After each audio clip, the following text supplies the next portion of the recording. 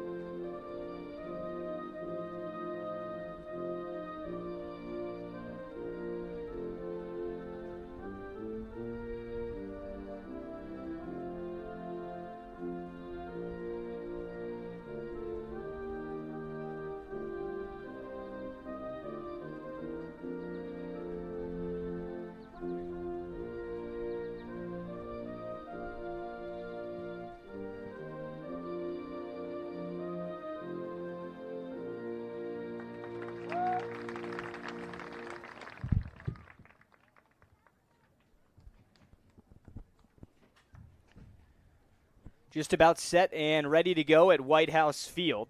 Let's go over the starting lineup. Starting with the visitors, the Orleans Firebirds. So far, 5 wins and 6 losses on the 2025 summer, managed by the longtime veteran Kelly Nicholson.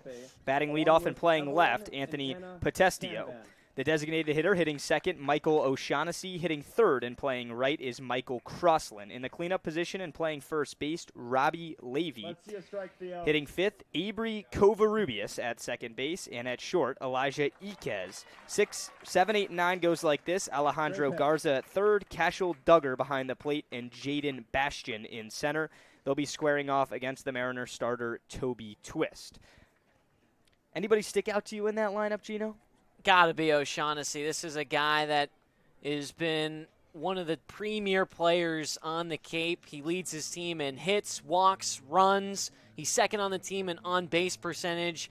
His home run came against Harwich last time out. This is a guy with some serious hitting power. I'm really excited to see him again for this Orleans squad. Well, he'll be hitting second tonight in that lineup. For the Mariners, they go back to the left-hander for the second time this summer out of Oregon, Toby Twist. His last time out was against Orleans, went 2 innings, gave up 1 hit, did not give up an earned run, struck out 2, and walked just 1.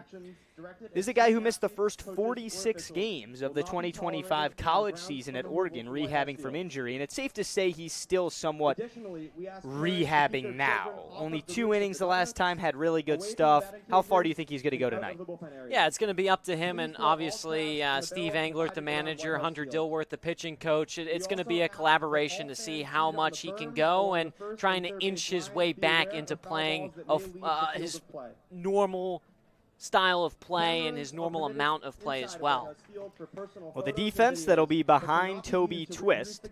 In the outfield, it's Bristol Carter in left, Trey Broussard back in center, Harrison Feinberg back-to-back starts in right field, D. Kennedy is everyday spot of third base. A new face in town at short, Tanner Marsh, the youngster that goes to Liberty, gets his first start of the summer at shortstop. Jake Coonan at second base, Sam Harris back at first base, and the battery connection with the pitcher Twist. Behind the plate, Ethan Swidler doing the catching duties. We haven't seen this lineup every day. This is kind of different. Do you like it? What's new? What do you want to look out for tonight? I like the switching things up, right? The Mariners have a deep squad. They have the luxury of switching things up when things aren't really working. Their defense has been stellar, but their offense has to start clicking, so that's why Englert's trying to switch things up. Well, here we go. A lefty-lefty matchup to kick off this one in Harwich. Orleans v. Harwich. The Mariners are at 500. The Firebirds 1 game below. The first pitch up and in for ball 1 to the left fielder, Anthony Potestio. Now, fog's going to play a factor in today's game. You can see from our center field camera right there. A lot of fog here at White House Field. So guys are going to have to learn to play through it. Want to know the count? Twist from the belt. Swinging a foul right behind home plate, 1-1.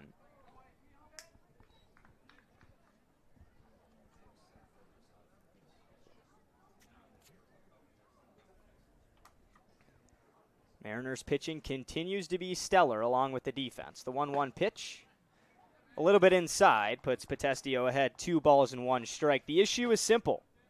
And that may be a good thing. There's only one problem, but it's in bold. Waking the bats up. The Mariners just not finding gaps right now offensively. Back-to-back fastballs in. 3 balls and 1 strike to the leadoff hitter. Yeah, you're absolutely right. And, you know, the positive is a lot of these guys had success at their school years this past year. Swing and a miss. The count's full. 3 balls and 2 strikes. So you know it's eventually going to start clicking for these guys. But, again, for a lot of these guys, they're going up against some of the top pitchers across the country on a day-by-day basis, something you have to get used to. The payoff. Inside ball 4. That just missed. A leadoff walk for Potestio, and the Firebirds have their first base runner in their first plate appearance. Potestio walks, and here's the deadly left-handed hitting Michael O'Shaughnessy. You hyped this guy up for good reason. When we saw him in Orleans, he just draws out at bats. He's one of those guys that has the confidence, like, I'm going to beat you on every pitch, whether it's a good take. You have your best stuff, well, I'm going to foul it off and live to fight another day. The Davidson product, one of the best hitters in the Cape. Yeah, just transferred to Georgia not too long ago, a rising senior. So you talk about the confidence that he operates with. That's just from playing so long. He knows what his tendencies are and where his strengths lie, and he utilizes them. So after a leadoff walk, Twist tries to find the zone. The first pitch down the middle with the off speed puts him ahead, 0 balls and 1 strike. So the first 2 in the Orleans lineup, lefties tonight. Potestio on first base after the leadoff walk. Twist quickly working from the stretch. The 0-1. Swing and a miss, strike 2. A nice bounce back-to-back strikes to get ahead of O'Shaughnessy with 1 on and nobody out in the top of the first. A foggy 72-degree Saturday night here in Harwich. You know, Gino, the sun's not out. It's not as pretty, but it's still a really nice night.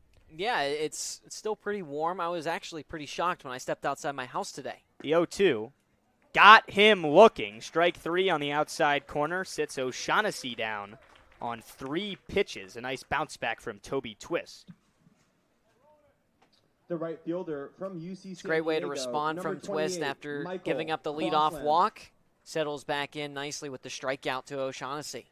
So with 1 on and 1 out, the third hitter in the Firebirds lineup, Michael Crossland, UC San Diego, right-handed hitter. He's playing right field tonight. Swing and a miss, strike 1. Actually think he fouled that right off of the catcher, Ethan Swidler. Nonetheless, Twist is ahead 0-1. Brand new deck being built here at White House Field. You can see on your screen right there. It's How about looking that guy? quite beautiful. Looks nice. I'm excited for that. Could have a camera out there. They check on the runner at first. Diving back in safely is Potestio. Yeah, they built that deck pretty quick. I mean, when they started it, when was it? I'm losing my days here. Was that About 4 or late 5 last- days ago. Yeah. The 0-1. Swing and a miss. 0-2. Potestio at first after the leadoff walk. Twist just struck out O'Shaughnessy. This is Crossland behind no balls and 2 strikes. Top of the first at White House Field. Twist takes his time on the rubber. The 2-strike pitch. Bouncing ball left side foul.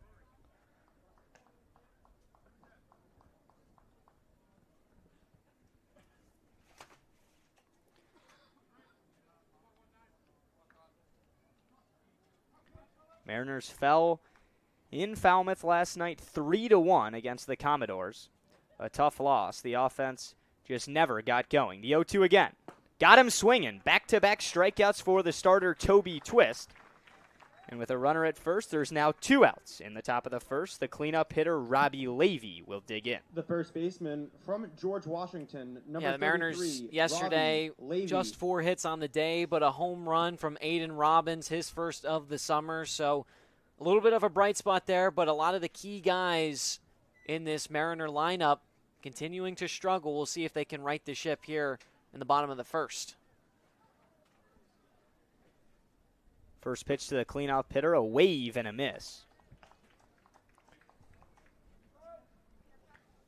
That breaking ball from Toby Twist has brought its A game on Saturday night here in Harwich. 1 on, 2 out, top of the first. Lefty-lefty, they throw over to first. A nice throw right on the glove, but Potestio back in time. Gino, help our viewers at home. How bad is the fog? Is it going to play an effect for the outfielders? Yeah, I mean, it's definitely going to play a factor for Trey Broussard, who's in center. I mean, you can see the center field camera right now. This is the glimpse of what you're seeing. Way late on the 0-1. A swinging strike, 2. And for the 3rd consecutive batter, Twist gets ahead 0-2. He struck out O'Shaughnessy. He struck out Crossland. Looking to strand Potestio at first. Gets the signal from Swidler and works from the belt. That's too high. 1 ball and 2 strikes. But yeah, so these outfielders for both teams have to make sure that they're fighting off the fog to try and locate some of these fly balls. Twist just still trying to get comfortable on the rubber. Missed 80% of the college season. The runner goes on the 1-2. Pitch is popped up down the third base side, foul. Levy stays alive.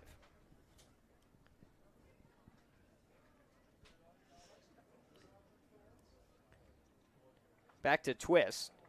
After missing the first 46 games, he pitched 4 times for a total of 3 innings at Oregon, one of the top teams inside of the new and improved Big Ten Conference this year at school. He gave up 3 earned runs in just 3 innings. Granted, he was just going out there trying to get back into the game. But he's done well so far in Harwich. The 1-2. Foul at the plate.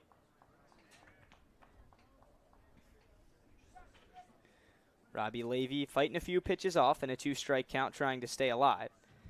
Coming off the college season at George Washington from the DMV area. He hit .311 and knocked in over 40 runs. The 1-2, runner goes, pitches high, throw to second, a nice one, the tag, not in time. 1-hop pick from Tanner Marsh, the new Mariners shortstop. Just couldn't get it on Potestio to beat the runner. So quickly, a runner in scoring position now in the top of the first. 2 balls and 2 strikes to the cleanup hitter, Levy. Gino, we've seen a lot of pitchers in the Cape work extremely fast night in and night out. We saw T.J. Coates do it to Harwich last night in Falmouth, and to be honest, dominate Harwich Twist has had the opposite approach. He's taken his time out there in the first. Yeah, it's funny how much different a lot of these pitchers are here on the Cape. 2-2. Fly ball towards center. Back is the shortstop, Marsh. And he makes the play. Nice focus through the fog to end the top of the first inning.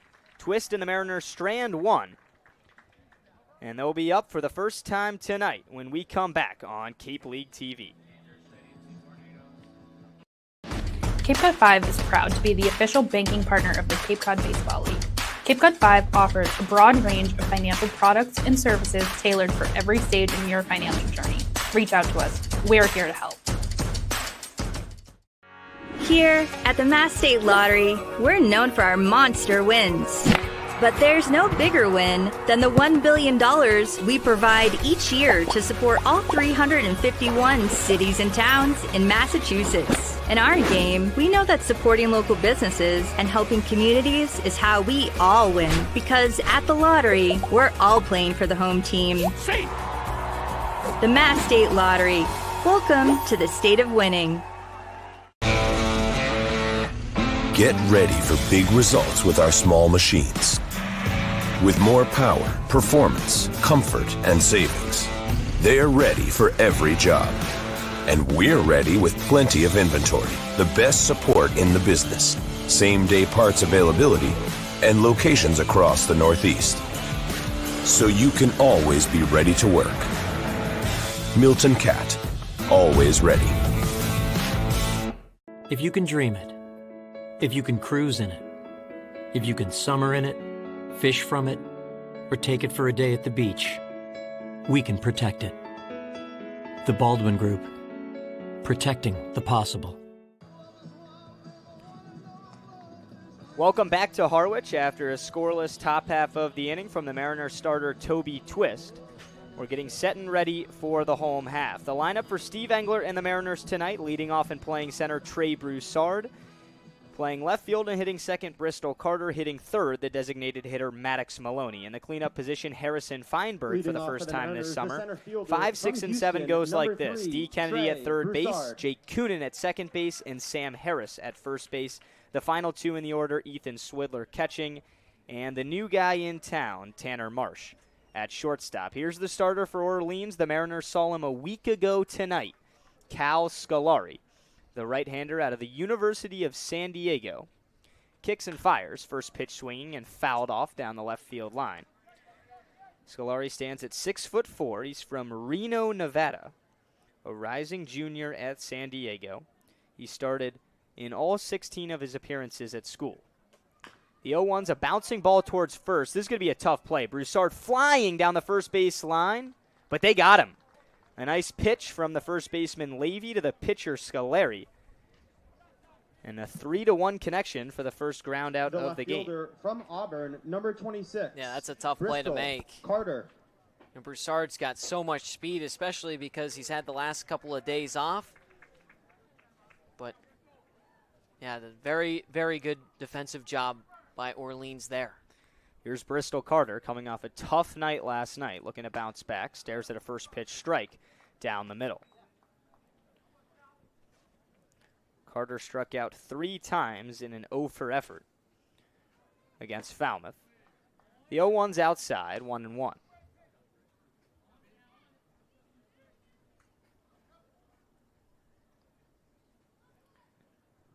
Scolari winds and fires.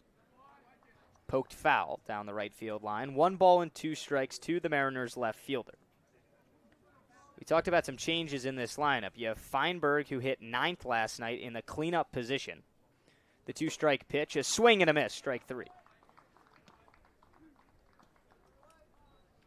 So Scolari fans the second Mariner he sees tonight for his first strikeout of the day.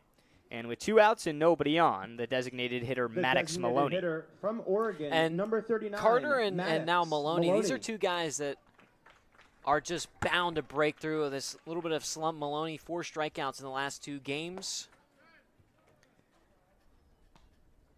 And Carter also with 4 strikeouts now in the last 2 games as well. You get the feeling, though, with a guy like Maddox Maloney, he hit 15 home runs at Oregon. So the power hitters naturally, or at least the the wide range of them, the 1-0's fouled back 1-1. They strike out a lot. You either run into one, you strike out at a high clip, but that's part of hitting for power and what you bring to the table. Absolutely. Bristol Carter, not so much. He's a contact guy. He's a speed guy. 1-1's fouled off again. That's put Scolari ahead 1-2. No, you're absolutely right. But, you also have to get on base, and both these guys yesterday didn't get on base off of a hit once. A nice take upstairs with the fastball evens the count at 2 balls and 2 strikes. But we know they're obviously very talented. You look at their school numbers, and they're there. And so that's what I'm saying. They're bound to break through and have a big-time performance. 2-2.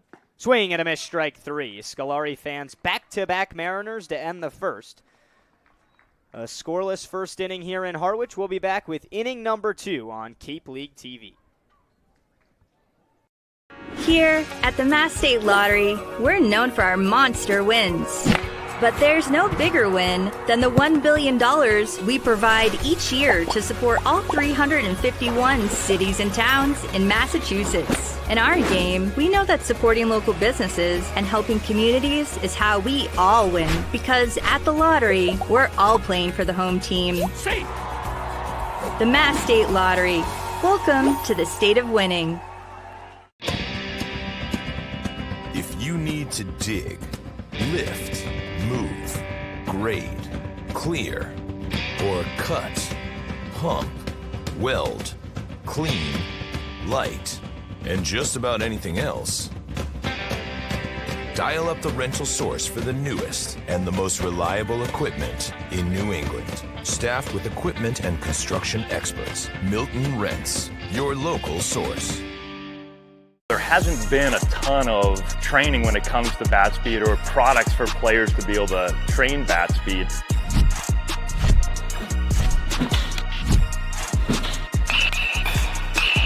You can improve your bat speed and reach your goals working 10 to 15 minutes a day on this a couple of times a week. That's a no-brainer for every player.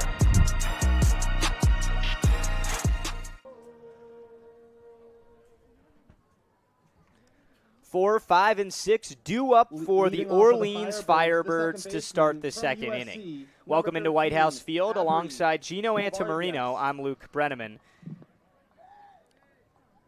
The starter for the Mariners, Toby Twist, was able to strand Anthony Potestio after a leadoff walk and stolen base. Struck out back-to-back Firebirds, and now here we are in the top of the second. He grooves a fastball down the middle, 0-1. It's the first time we're seeing these Firebirds away uniforms. They got the tank top jerseys with the shirt underneath. I like them. The sleeveless jerseys, I should say. Old school. The 0-1 is a bouncing ball to short. It takes a weird hop on Marsh, but he makes the play. Excellent focus from the first-time starter, at least in Harwich, Tanner Marsh, for the first out of the second inning. Hawaii, number 15, Elijah That was a great play from Marsh. Over that short, you talked about a little bit of a weird hop, but nicely done to get behind it. So after a quick first out to Abri Covarrubias, here's Elijah Iquez. First pitch. Swinging a foul right behind the dish. Toby Twist, he looks to be comfortable tonight, Gino. Yeah. No, absolutely. It's nice that the Mariners are easing his way back into his normal role. Right, last time he played against Orleans, didn't pitch for very long, just getting his feet wet. 0-1, foul in the same position.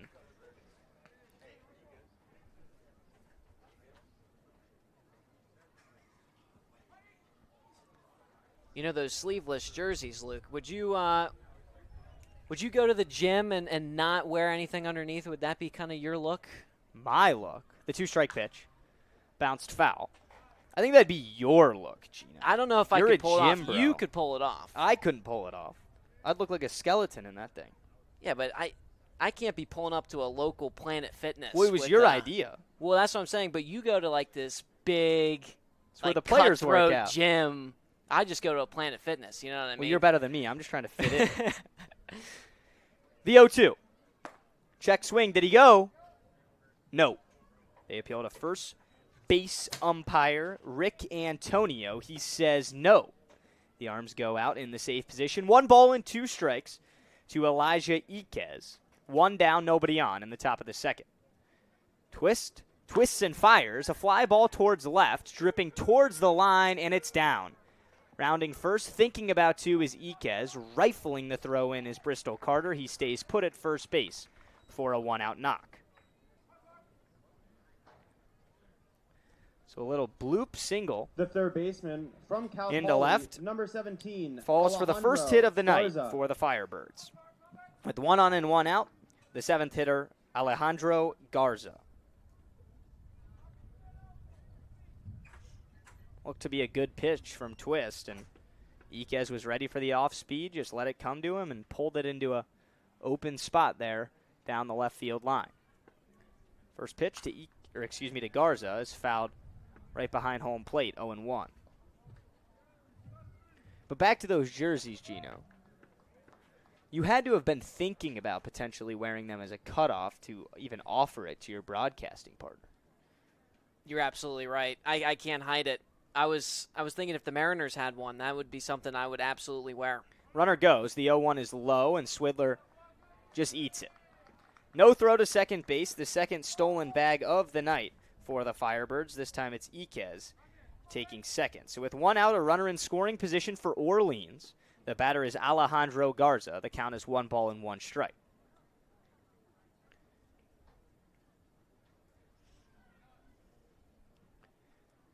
Toby Twist digs back in to the first base side of the rubber, checks on the runner at second, kicks and fires. The 1-1 bounces in the dirt. A nice block from the Harwich catcher Swidler. Keeps it in front, and the count goes 2-1.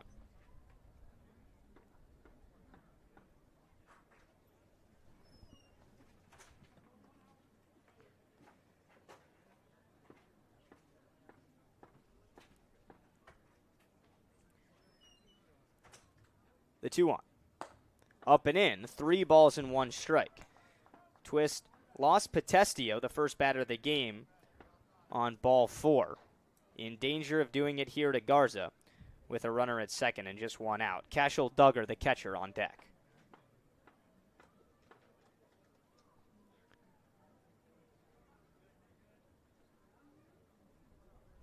Three-1.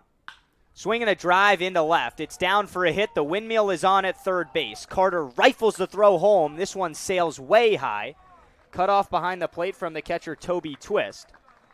And an RBI hit from Alejandro Garza plates the first run of the night here in Harwich. The Firebirds lead 1-0 in the top of the second. Yeah, just a hard hit ball through the left side from Garza. Orleans scores the first run. Obviously, the opposite of what happened last time these two teams went at each other. The Mariners scored the first run in the third. So we'll see if the Mariners this time can play a little bit of catch-up rather than the Firebirds last time out. Garza took second on the throw home from Carter, so he's in scoring position. A swinging strike 1 to the catcher, Cashel Duggar. You know, it's tough when you're slumping as an offense and your pitching has been so good. A team like Falmouth came out swinging last night against the Harwich ace, Jake McCoy. Quickly 2 hits now in the second inning. Give the Firebirds a 1-0 lead. A swing and a miss. Now moves the count to no balls and 2 strikes against Duggar. Duggar in his second game with Orleans this summer. The first time we've seen him. Heck of a name. Cashel Duggar. A true catcher's name. Yes. You wouldn't want anyone else behind the plate besides Duggar. 2-strike pitch. Swinging a tapper. Wow, he just caught a piece of that with the top of the cylinder. 0-2. So Duggar from UCLA. His all-LA regional team. Twist looking to retire Duggar for the second out of the second. The 0-2 again. That's outside. 1 ball and 2 strikes. Runner at second base is the speedy Alejandro Garza. So you got to think with the sticky grass, the moist conditions, the ball's not traveling as far. Any hit into the outfield could give Orleans a 2-run advantage. The 1-2. This one's crushed out to right, but right at the right fielder Feinberg. The tagging from second to third is Garza. The throw's on target, but not on time. You can't place it better than that off one hop from the right fielder Harrison Feinberg. But Garza gets in time. The center fielder from Jacksonville. Yeah, heck of a throw from Jaden Feinberg. Bastian. That's one of the things about the Mariners. They have some of the best arms on the Cape in terms of the outfield. I mean, Bristol Carter can also gun guys down over at left field, so you're never safe if you're a base runner. With a runner at third, the final hitter in the Firebirds lineup, Jaden Bastian. First pitch, up high, 1-0.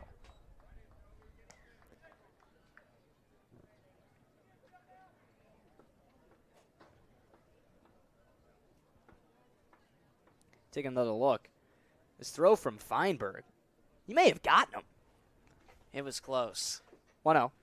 Inside, 2 balls and no strikes. The last time that the Mariners saw Orleans, Jaden Bastian was the center fielder, but he was hitting first, not last.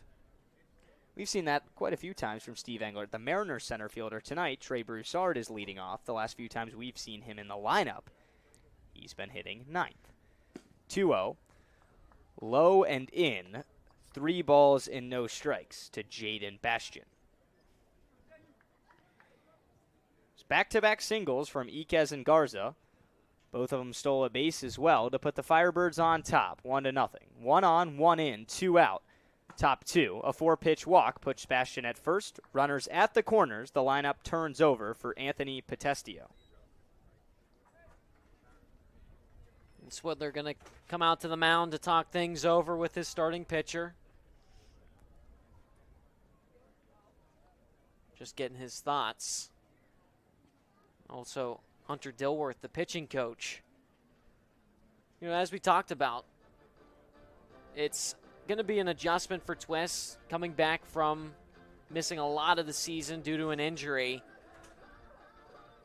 Just trying to figure it out and get to that level he was at before he got injured. It's a tough thing to do, especially here on the Cape when you're going up against such stiff competition on a day-by-day basis. I will say, Gino, we spent some time in the dugout pregame, whether it was with the manager Steve Englert or just hanging out with the guys. For a team that's lost 2 straight for the first time this summer, the morale has definitely not dipped at all. No, not at all. A lot of those guys very friendly, as if they were on a winning streak. The Firebirds are coming off an 11-7 loss against the Hyannis Harbor Hawks, arguably the best team in the Cape. Runner goes from first. The first pitch is inside. No throw from Swidler. Runner at Garza. Runner at third. Garza. We saw that move yesterday, but instead of Swidler was Conti. He threw down to second, and the Mariners actually picked off the guy at third. They didn't do it here. So 2 in scoring position with 2 out. The 1-0. Swing and miss. 1-1. This is a big spot now just in the second inning of this game. If Potestio can find a gap or just bloop one into the outfield, you're quickly looking at a 3-0 ball game in just the second inning. If Twist can get out of it, a little bit of momentum for Harwich. Swinging a fly ball down the left field line, that's foul. So back-to-back strikes puts Toby Twist ahead 1-2. 2 on, 2 out, 1 in. Top of the second inning here, Anthony Potestio v. Toby Twist. The 2-strike offering. This one's crushed, but right at the second baseman, Coonan, a sliding gather. And sidearm throw to first for an important third out of the inning, but not before the Firebirds get on the board. 2 hits and a walk. Put them ahead 1-0 after an inning and a half. We'll be back for the Mariners, due up in the bottom of the second on Cape League TV. When you need to dig, lift, move, cut, or just about anything else, then dial up the Rental Source staffed with equipment and construction experts. They'll help you get the right machine for the job and make sure it's delivered when and where you need it. With locations across New England and the newest and most reliable inventory, Milton Rents is your local source. You can make any bat feel lighter by adding a velo puck knob. Instead of having to go get a whole entirely new bat, you can simply add the puck to it. Players can use this with any bat. It's basically going to shift the weight of the bat a little bit more towards the hands. Players are able to hit the ball a lot harder just by simply adding the puck on.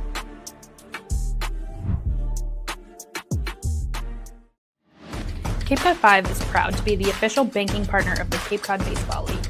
Cape Cod 5 offers a broad range of financial products and services tailored for every stage in your financial journey. Reach out to us. We're here to help. If you can dream it, if you can cruise in it, if you can summer in it, fish from it, or take it for a day at the beach, we can protect it. The Baldwin Group, protecting the possible. As your insurance partner in It's protecting a the wet, possible chilly, with the same local moist service you trust. Saturday The night Baldwin here Group in is Harwich, proud to be the official Massachusetts, insurance alongside partner my of the Cape friend, Cod Baseball partner, League. colleague, Visit Gino baldwin.com Antamarino. / I'm Luke Rogers Brenneman. Gray to The learn more. Orleans Firebirds hold a 1-0 lead through an inning and a half here at White House Field. And the starter, Cal Scolari, back out there. I appreciate the kind words, Luke. You're a good friend Leading of mine, off Gino. for the Mariners, the right May be fielder my from only friend, Northeastern, but hey. number 13, Well, that's just Harrison Feinberg. But I'm happy I'm your one friend. We're in this together. Heck yeah, we are. And the Mariners are in this one, but they trail by 1 in the bottom of the second. 4, 5, and 6 due up. Feinberg, Kennedy, Kunin. A new lineup tonight. Mariners just 7 combined hits in their back-to-back losses. Scolari finds the strike zone, 1-1. Feinberg in his first game back yesterday in a Mariner uniform. 1-1 is upstairs. The number 13 that you just saw disappear out of the bottom left corner of your screen, and now he's right back in it, is actually the second baseman, Avery Covarrubias. So there's 3 infielders on the left side of the second base bag. 2-1 is high, 3-1. I actually do like this switch, pushing Feinberg up in the order all the way from 9th to 4th. He was a power hitter at school. He just hasn't seen much this summer. He walks to start the bottom of the second. Get on base, you'll take it. That's how the Mariners play. Small ball, but The still looking for shortstop from somebody Kansas to State, break through Number 11, D. Kennedy. in an important time. This has been a guy who's been actually quite solid, especially in the clutch, D. Kennedy. Becoming the everyday third baseman, the Kansas State product. D digs into the right-handed batter's box.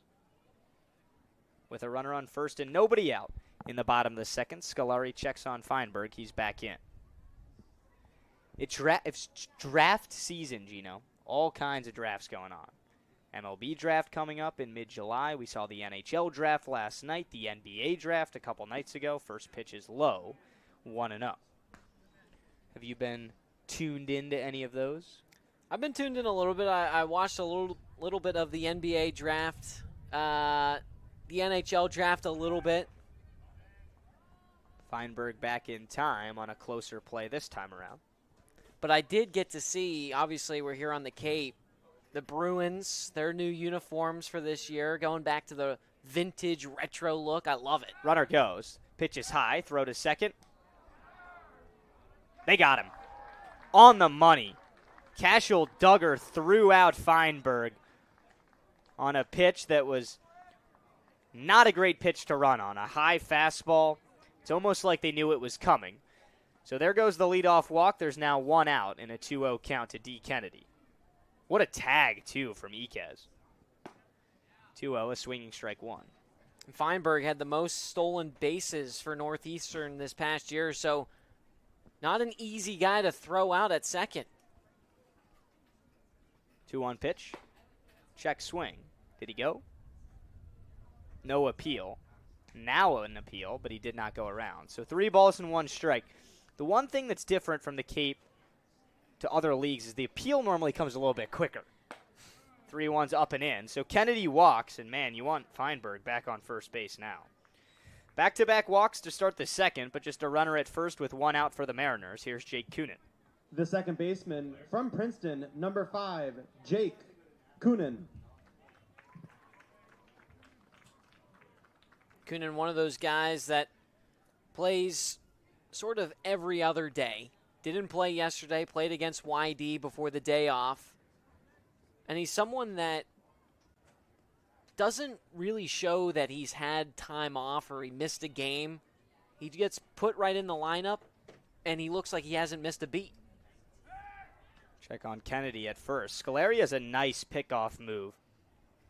Maybe Toby Twist should check on that because the left-handed starter for Harwich has already seen 2 Firebirds steal bases against him, and that's rare for a left-handed pitcher. You're staring right at the runner at first base. First pitch to Coonan. A little bit outside, 1-0. It's a quick move by Scolari. Runner's got to be ready for it. Coonan looking to do some damage in the early innings. This one is murdered towards the left. Back is Potestio watching. Goodbye. Jake Coonan plays long ball for the first time this summer, and the Mariners seesaw back on top 2-1. It's a Mariner home run. That's and big another for $500 Coonan. to the Harwich Fund, Got donated by all Harry of that Ellisbuilder, ball. a Cape craftsman Back-to-back providing all games where the phases of building Mariners have construction, had a home remodeling for run. Cape owners for over 45 years. As you can see here, I mean, Potestio, just watch that one leave. Coonan got all of first his baseman momentum on that from back Duke, foot number and just 30, sailed it. Sam And we talked Harris. about that and not only mentioned it, we saw it at Fenway Park on the Fenway Day. He was hitting moonshots over the green monster and left. This time it's just at White House Field, but it counts for 2. The Mariners lead by 1. That is the spark that they've been looking for all summer. When you go down, you don't want to walk, you don't want to steal bags, you don't want to take home on a wild pitch. Yeah, sure, you'll take it. They all count for the same. But that is a momentum pitch right there. And Sam Harris gets plunked in the foot with a breaking ball. That's what we're talking about, Gino, that load up in the back of the catcher box from and Lafayette, just number explode through the 32, baseball. Ethan It's a Swidler. beautiful swing. So Harris gets hit by a pitch. And there's now 1 on and 1 out in the bottom of the second. Here's Swidler, the catcher. First pitch low. When the Mariners hit a home run, it's another $500 to the Harwich Fund, donated by Harry Ellis Builder, a Cape craftsman, providing all phases of building construction and remodeling for Cape homeowners for over 45 years. Swing and a miss, 1-1 to Swidler. That's fun to say because we haven't said that much. Yeah, second time, so up to $1,000. There we go. So far this summer. I'd take $1,000. Back in time is the diving Harris. We should do a game where we should go out. Maybe we'll pitch to each other. I'm taking you deep. If you can leave the yard, I'll give you $20 for everyone that you hit Yeah, out. you're going to get me a lobster roll. That's where our wagering needs to go to, our lobster rolls.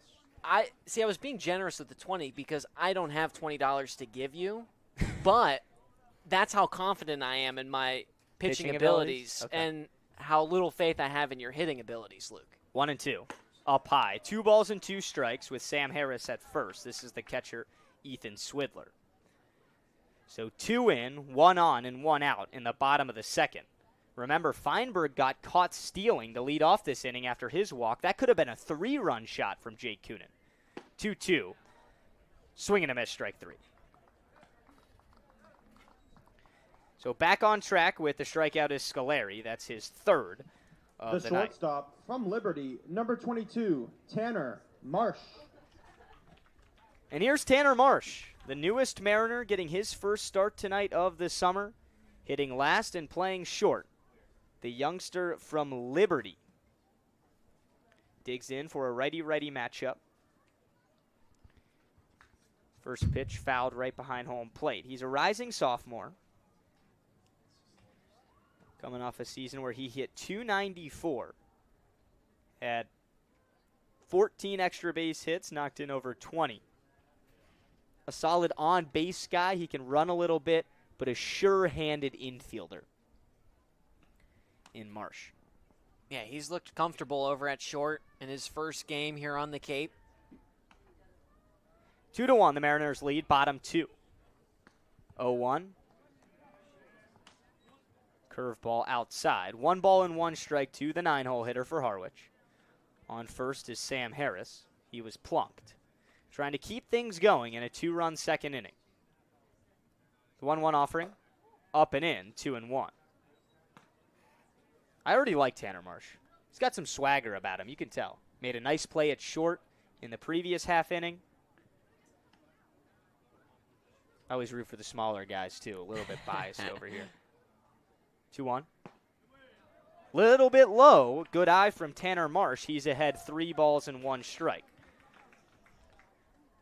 Yeah, you got to root for guys that, are similar heights to you, You root for everybody, but especially for the guys that, what I mean. Swing and a miss. The count's full. 3 balls, 2 strikes, 2 outs. Runner at first. The Mariners lead by 1 in the bottom of the second. Sam Harris at first base will be on the move on this full count pitch. Payoff. Popped him up towards right. Dodging the fog is Michael Crossland, and he makes the play. So that ends the second inning, but not before a 2-run home run off the bat of Jake Coonan. The Mariners take their first lead of the night. We'll be back for inning number 3 on Cape League TV. Cape Cod 5 is proud to be the official banking partner of the Cape Cod Baseball League. Cape Cod 5 offers a broad range of financial products and services tailored for every stage in your financing journey. Reach out to us. We're here to help. Here at the Mass State Lottery, we're known for our monster wins. But there's no bigger win than the $1 billion we provide each year to support all 351 cities and towns in Massachusetts. In our game, we know that supporting local businesses and helping communities is how we all win. Because at the lottery, we're all playing for the home team. The Mass State Lottery. Welcome to the state of winning. Get ready for big results with our small machines. With more power, performance, comfort, and savings, they're ready for every job. And we're ready with plenty of inventory, the best support in the business, same-day parts availability, and locations across the Northeast. So you can always be ready to work. Milton Cat, always ready. If you can dream it, if you can cruise in it, if you can summer in it, fish from it, or take it for a day at the beach, we can protect it. The Baldwin Group. Protecting the possible. $5,000 in grants helping. Welcome back to Harwich. The Mariners have the lead, 2-1. Just a reminder that the Harwich Fund is a permanent local endowment funded by supportive residents and businesses. Since 2021, we've delivered over $85,000 in grants helping exclusively Harwich programs benefiting town families, children, and seniors. This year, our Mariner Game Businesses sponsors are Shaw's Star Markets, Harry Ellis Builders, and My Generation Energy. Will pledge $500 to the Harwich Fund for every Mariner homer at White House Field, where there's $500 off the bat of Jake Coonan in the bottom of the second. 1-0 pitch is a laser down the right field line. It falls for a hit. It gets past the right fielder Feinberg, and a stand-up double for Michael O'Shaughnessy to start the third inning. Orleans trying to get those 2 runs right back, and that's a good start. Who else? Right O'Shaughnessy has been San Diego, number 28, has been Michael stellar Crossland. for Orleans this summer. That one just got away from Feinberg, the right fielder, as he was coming over to make a play. Just had that ball squeak under his glove. And so now the infield collapses. And Toby Twist now in his third inning of work. And That's it for Toby Twist. Twist didn't go more than 3 innings total in 4 appearances at Oregon this school year. So after 2 innings, gave up 2 hits, 1 earned run, or 3 hits after the double from O'Shaughnessy. He's responsible for the runner at second base, but the Mariners bring in a new arm. We'll be back with a new pitcher for Harwich on Cape League TV. Here at the Mass State Lottery, we're known for our monster wins. But there's no bigger win than the $1 billion we provide each year to support all 351 cities and towns in Massachusetts. In our game, we know that supporting local businesses and helping communities is how we all win. Because at the lottery, we're all playing for the home team. The Mass State Lottery. Welcome to the state of winning. If you need to dig, lift, move, grade, clear, or cut, pump, weld, clean, light, and just about anything else, dial up the rental source for the newest and the most reliable equipment in New England. Staffed with equipment and construction experts, Milton Rents, your local source. There hasn't been a ton of training when it comes to bat speed or products for players to be able to train bat speed.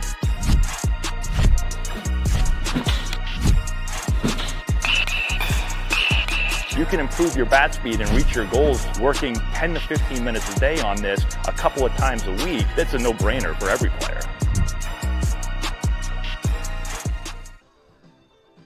New pitcher for the Mariners is the newest Harwich Mariners, activated this morning, the right-hander out of North Carolina, Olin Johnson.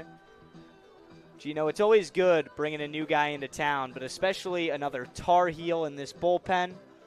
Olin's coming off a limited 2025 school year. Only pitched 17 times, but over 30 innings of action, had a 3.56 earned run average. So quite the year in the ACC, but he comes into this one in the top of the third with Michael O'Shaughnessy in scoring position after his leadoff double. And he'll have to face Michael 3, Crossland. 4, and 5. This is Michael Crossland. Struck out swinging in the first inning. See if Johnson can keep this one-run advantage for Harwich. First pitch. Off the outside corner, 1-0. Johnson, a big guy, 6'6" on the mound.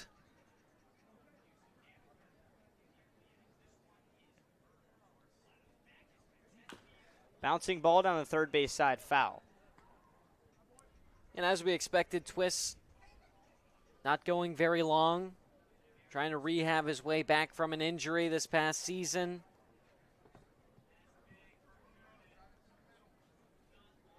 Olin Johnson was here in Harwich last summer. The 1-1. Low and away, 2 balls and 1 strike.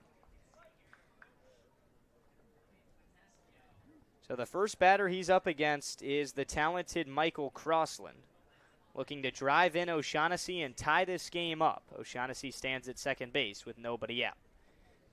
The 2-1 pitch. That's low and away again. 3 balls and 1 strike. You can tell Johnson nibbling a little bit coming into this one in the top of the third.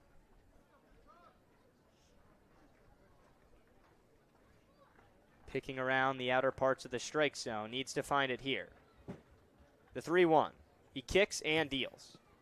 Skips in the dirt low for ball 4. Advancing from second to third with ease is O'Shaughnessy. So after scoring 2 in the bottom of the second, quickly trouble now in the third for Harwich. Runners at first and third with nobody out. Number 33. And here's Robbie the cleanup, Levy. Robbie Levy. Yeah, Johnson's got to settle in here. Like you talked about, was picking around the strike zone. I think just kind of getting his feet wet. But he's got to get right into it here because you got a runner in scoring position with still no outs. Got to show that command. Levy flew out his first time up. A swinging strike 1 gets Johnson ahead. That's a good sign for the tall right-hander. It was back-to-back hits in the second from Iquez and Garza. They check on the runner at first, a bang-bang play, but back in time is Crossland. Iquez singled in the second, then he stole a base, and it was Alejandro Garza, the 7th hitter, who drove him in. Now it's the top of the order, causing some trouble for Harwich. They check on the runner again, and Johnson spiked it into the runner at first foot, and advancing from third to home is O'Shaughnessy. Just simply a mental mistake from Olin Johnson, worrying about the runner at first base. And O'Shaughnessy says, sure, if you're going to give me home plate, I'll take it.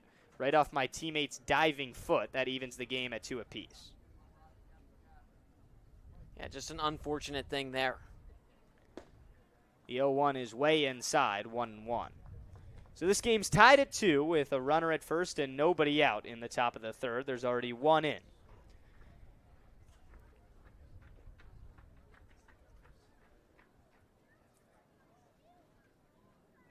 The 1-1. Up high, 2 balls and 1 strike.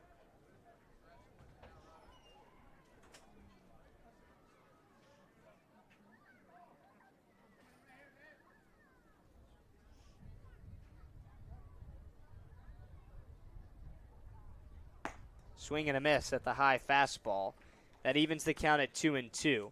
If you're Johnson, how can you calm down and maybe settle into this outing in relief? Not worrying about the mistakes.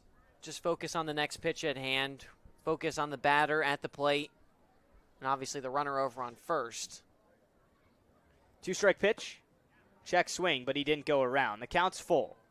3 balls, 2 strikes, nobody out. The runner at first is Michael Crosland. Robbie Levy looking to get on here in the top of the third. 1 already in a 2-2 game in Harwich. The payoff pitch. Fly ball towards left. Coonan going back, or excuse me, Carter going back, and he makes the catch. Reaches head high with the left hand right on the border of the warning track for out number 1. Allowed out, but the runner, The second baseman, Crossland, doesn't go number anywhere. 13, And for the second time tonight, here's Avery Covarrubias. Levy got some good wood on that ball. You mentioned it, Luke. And it looked like Carter was never really in a spot where he was comfortable. I think that fog kind of threw him off until the last second. I mean, he's so athletic that he can make a split-second twitch to get underneath the ball, but never really had his feet planted. First pitch to Covarrubias is fouled back into the netting, 0-1. Avery grounded out to short in his first plate appearance. A ground ball to short could be 2 to end the top of the third. Johnson working from the stretch. The 0-1 is a weak tapper right at Johnson. He fields and lollipops it to first, but in time to beat Covarrubias. Advancing into scoring position is Michael Crosland. And you'll take that. Johnson, as soon as he made that throw to first, looked back at the Mariner dugout and gave a smile. And that's a good sign, right? I talked about it earlier. You got to have the memory of a goldfish. You can't worry about the mistakes, especially as a pitcher. You got to focus on the next guy and the next pitch. Johnson is purely a contact pitcher. He only struck out 20 batters at Carolina over the school year. He stares at the runner at second, now delivers to the plate. First pitch strike to Elijah Iquez. He singled and scored in the second.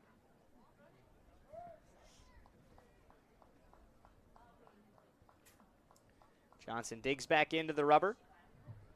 0-1 the count. Kicks and fires.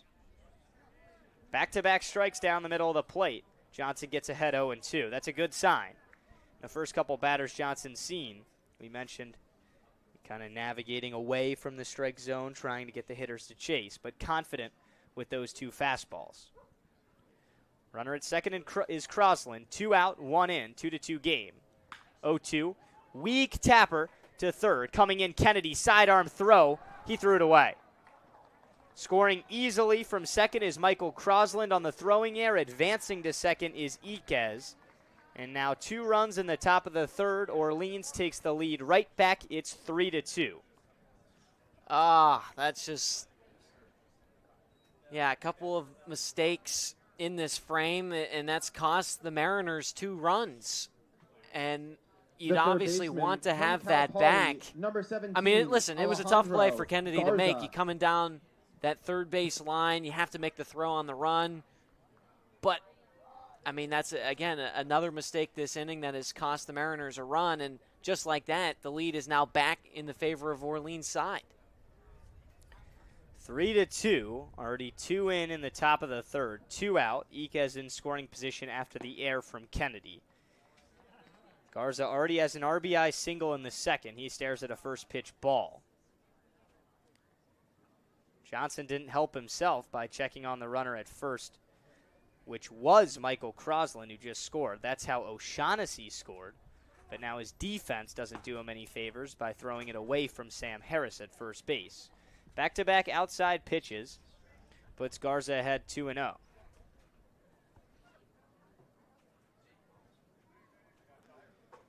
Gotta limit the damage and just keep this a one-run game. Already 2 errors for the Mariners tonight. Upstairs, 3-0.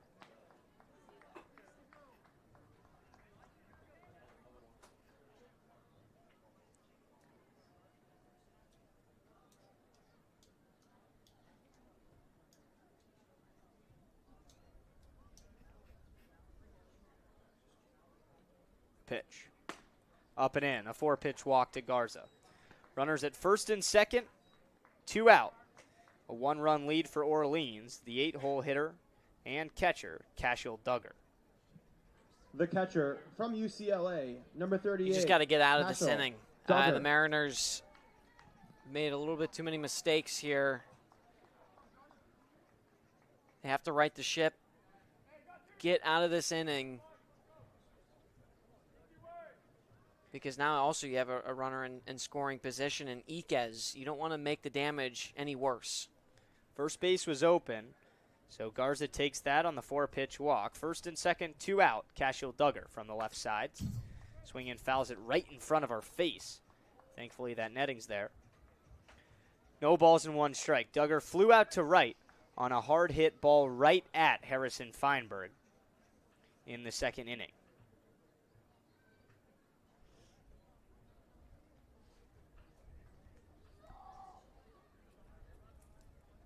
Johnson, the 0-1. Fly ball foul.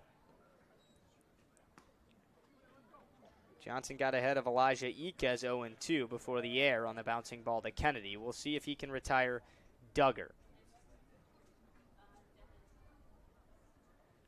Mariners games typically move extremely fast through the first 3, even 5 innings with limited offense and really good pitching. Been different tonight. The 0-2 is pushed into left center. It's down. Rounding third and heading home is the lead runner. The throw comes into second. Everybody's safe. Orleans plates their 3rd run in the 3rd inning. It's 4-2 on the RBI single from Cashel Duggar. The center fielder from Jacksonville, number 8, Jaden Bastian. Yeah, just a solid hit from Duggar, right? You just got enough of it to drop in the gap. And Orleans just taking advantage, getting the momentum back on their side. I mean, you got to give a lot of credit to the Firebirds. The Mariners were rolling after the last inning, a 2-run homer from Coonan, and the Firebirds said, we'll take that momentum right back. First pitch to the 9-hole hitter, Bastian. A pitch that nails the outside corner for strike 1. Got to credit the bottom of the Firebirds lineup. Iquez, Garza, Duggar, all RBI hits so far in this one. 0-1. Check swing, but it was right down the middle. So Johnson gets ahead 0-2 for the second time now with 2 on and 2 out, trying to put away Bastian and end a long top of the 3rd. There's been 2 hits, 2 walks, and an error, 3 runners in. 4-2 Orleans lead, the 2-strike pitch in the dirt. Block from Swidler keeps the runners at bay.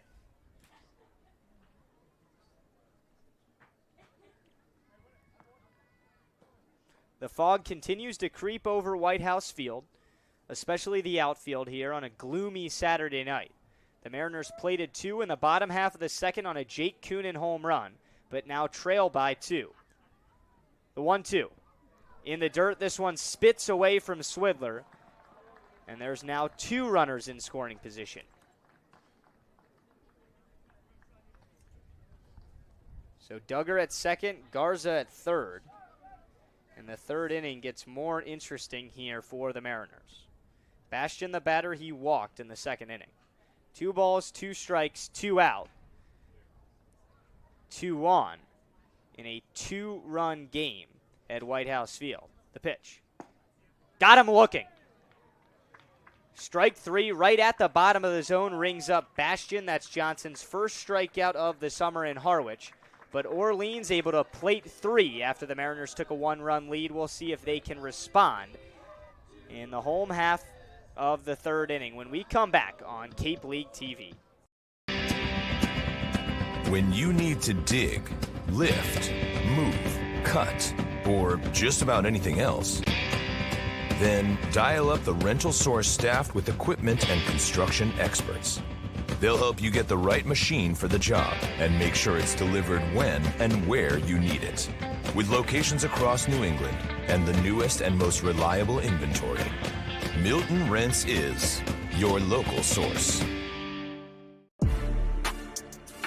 You can make any bat feel lighter by adding a velo puck knob. Instead of having to go get a whole entirely new bat, you can simply add the puck to it.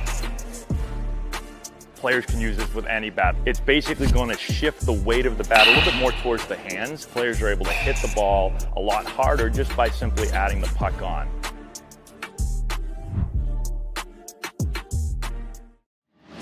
Cape Cod 5 is proud to be the official banking partner of the Cape Cod Baseball League. Cape Cod 5 offers a broad range of financial products and services tailored for every stage in your financial journey. Reach out to us. We're here to help.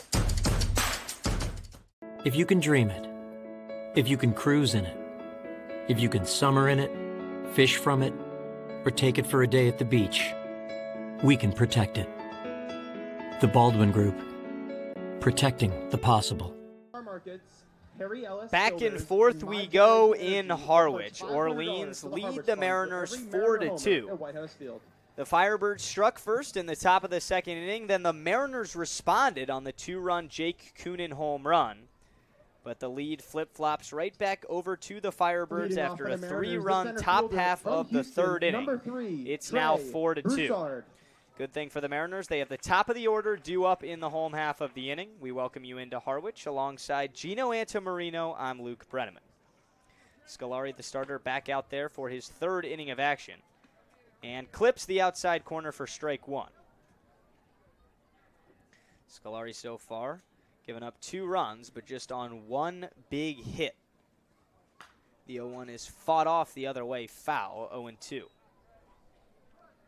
We'll see how Broussard responds after going down quickly. 0-2 in this at-bat. He kind of showed bunt on that first pitch and then swung at the second one.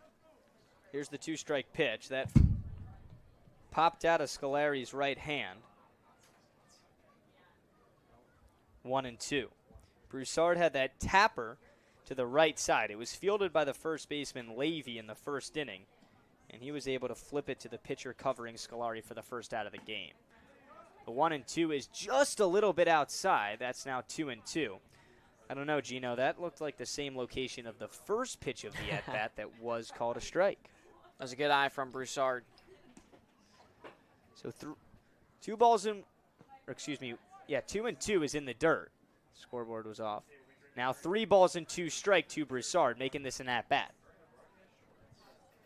Way to fight back from Broussard. That's what I was talking about. What is his response going down 0-2 in the count? Right back. The payoff. Ground ball to the second baseman. Covarrubias took his time and just beat Broussard. Trey tripped over the bag, but that was as close as they come for a routine play. Let's see if we can see this replay. Bristol, Carter. Oh, yeah. I mean, that was close. I thought he got in there, Gino. I mean, Broussard's fast. So 2 ground outs to the right side that have narrowly beaten Trey Broussard. He's 0 for 2. With 1 out and nobody on in the 3rd, Bristol Carter digs in. First pitch ball, the 1-0, low and away. Bristol gets ahead, 2 balls and no strike. Carter been slumping as of late. Struck out 4 of his last 5 plate appearances. Here's the 2-0. Popped foul.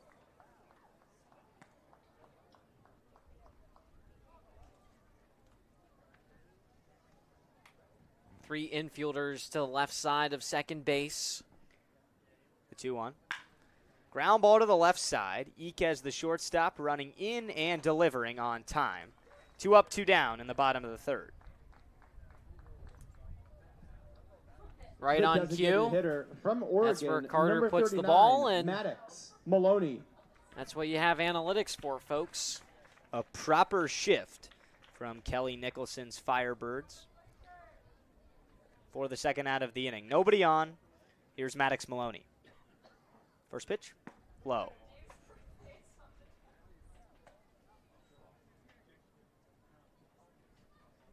Gina, look at that deck in the top right corner there. Might have to be the new sunbathing spot of the summer. Swinging strike 1, 1-1 to Maloney. Yeah, I'm not much of a sunbather. Usually go to the beach, hang out. That's how I usually get a tan.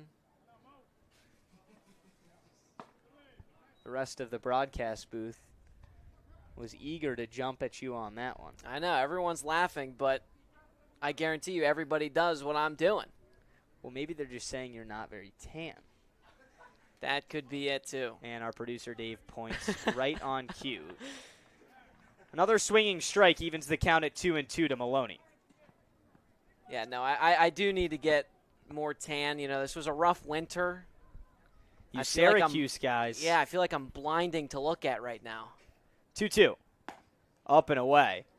This shot from center field, dodging all the fog, is like your typical beautiful day at Syracuse. I mean, Indiana can't be much better. Come on, man. The Midwest, you can't beat it. Syracuse, you can have it. 3 balls and 2 strikes. The payoff pitch. Got Maloney swinging. That ends the third. A 1-2-3 inning for Scolari, his second of the outing. He's able to bounce back after giving up 2 in the second. Orleans keeps a 2-run advantage. We head to inning number 4 on Cape League TV. Cape Cod 5 is proud to be the official banking partner of the Cape Cod Baseball League. Cape Cod 5 offers a broad range of financial products and services tailored for every stage in your financial journey. Reach out to us. We're here to help. Here at the Mass State Lottery, we're known for our monster wins. But there's no bigger win than the $1 billion we provide each year to support all 351 cities and towns in Massachusetts. In our game, we know that supporting local businesses and helping communities is how we all win. Because at the lottery, we're all playing for the home team. The Mass State Lottery. Welcome to the state of winning. Get ready for big results with our small machines. With more power, performance, comfort, and savings, they're ready for every job. And we're ready with plenty of inventory, the best support in the business, same-day parts availability, and locations across the Northeast. So you can always be ready to work. Milton Cat, always ready. If you can dream it, if you can cruise in it, if you can summer in it, fish from it, or take it for a day at the beach, we can protect it. The Baldwin Group, protecting the possible. We welcome you back here to White House Field alongside Luke Brenneman. I'm Gino Antamarino. New man on the mound for the Mariners. Leading off, Christian for Rodriguez number 48, replaces Anthony Olin Johnson, Potestio. who went for 1 inning, gave up 2 hits, 2 earned runs, 2 walks, and a strikeout. Rodriguez faces off against the top of the order for the Firebirds, starting with Anthony Potestio. First pitch, a little low for ball 1. So the Mariners trying to get some momentum back on their side. After Toby Twist, the starter, gave up 2 runs, Johnson gave up 2. Rodriguez gets the call out of the bullpen and quickly throws 2 balls to Anthony Potestio, who's already been walked in this game in his first at-bat. The 2-0.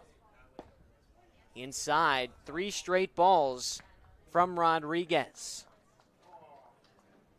Rodriguez, a junior from University of Florida, stands at 5'11", 207 pounds. The 3-0. Breaking ball lands in the middle of the zone for strike 1.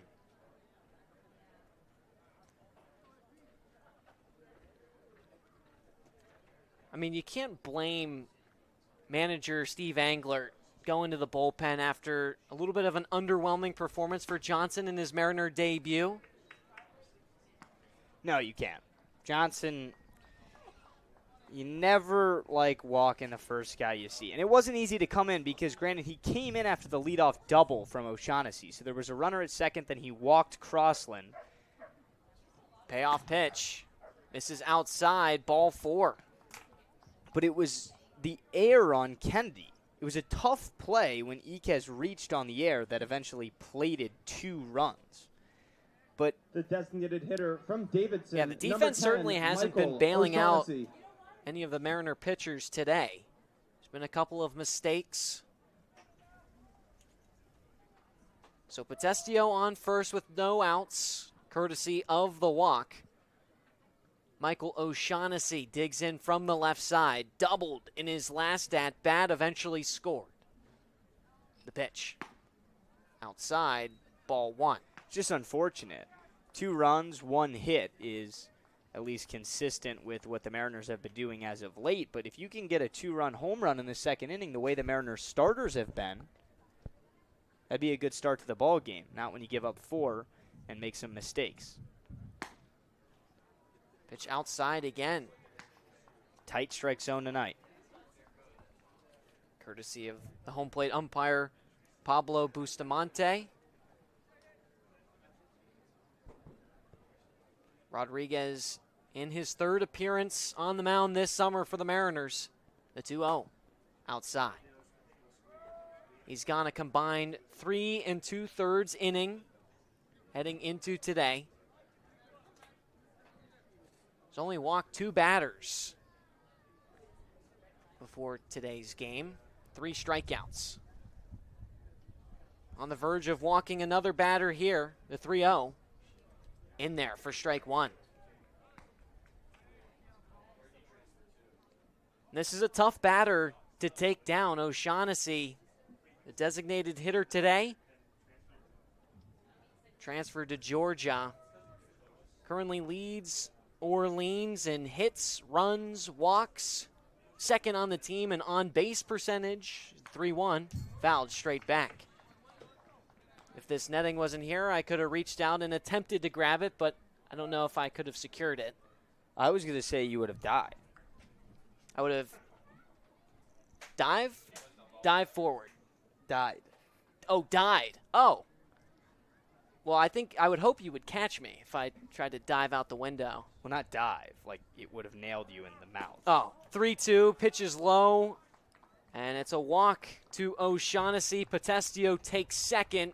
He took off like he was stealing, but it's not going to matter. So back-to-back walks from Christian Rodriguez.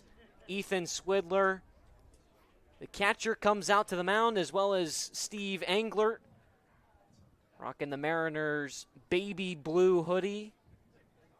Those are smooth. What do you think of the short sleeves? The short sleeve hoodie looks Well, like he cut it off. He right. cut it. Showing off the forearms a little bit. The right fielder from UC Yeah, San not Diego. bad. Showing off the number wrist, 28, too. Oh, no, what do you yeah. think that's on that? What do you think that Crossland. is? A little Rolex? Englert's, he's got the style to pull off Little Cadillac going? anything he wants. That's what happens when you're a 20-year vet in the Cape. High rollers around here.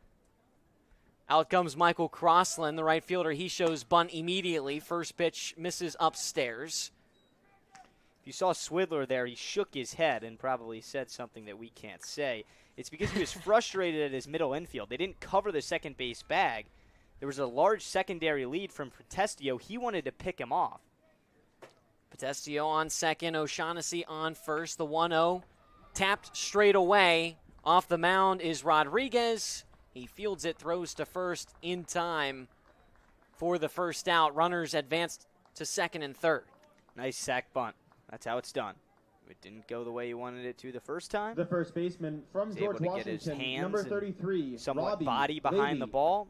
Didn't try to start running before he bunted is a big thing that you see a lot. So now the double play ball is eliminated and 2 in scoring position with 1 out. This is a difficult spot.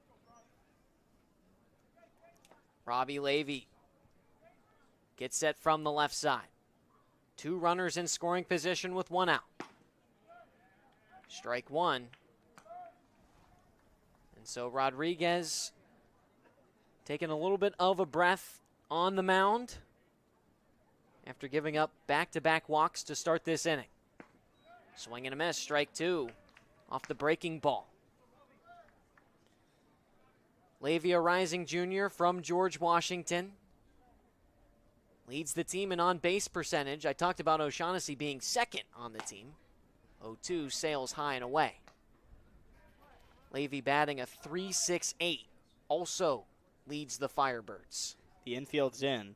Mariners looking for some strikeout. The 1-2 from Rodriguez. Just popped up foul behind home plate. Lavy was all A-10 second team and rookie team back in 2024. So definitely a tough out. 1-2. This is high and away.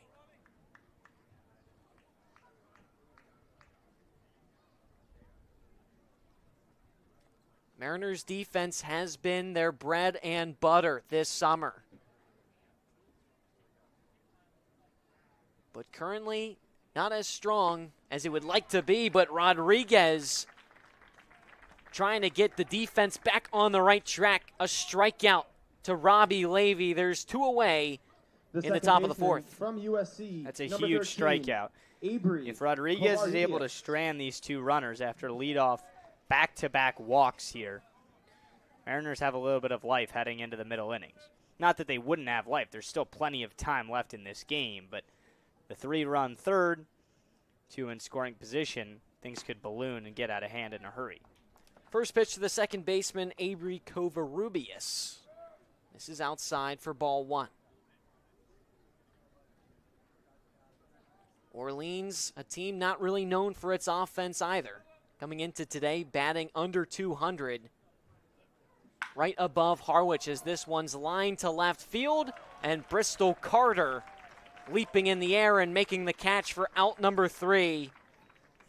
So after walking the first 2 batters of the frame, the Mariners escape, leaving 2 stranded in scoring position, but still down 4-2 heading into the home half of the 4th. We'll be right back here on Cape League TV. Here at the Mass State Lottery, we're known for our monster wins. But there's no bigger win than the $1 billion we provide each year to support all 351 cities and towns in Massachusetts. In our game, we know that supporting local businesses and helping communities is how we all win. Because at the lottery, we're all playing for the home team. The Mass State Lottery. Welcome to the state of winning. If you need to dig, lift, move, grade, clear, or cut, pump, weld, clean, light, and just about anything else, dial up the rental source for the newest and the most reliable equipment in New England. Staffed with equipment and construction experts, Milton Rents, your local source. There hasn't been a ton of training when it comes to bat speed or products for players to be able to train bat speed.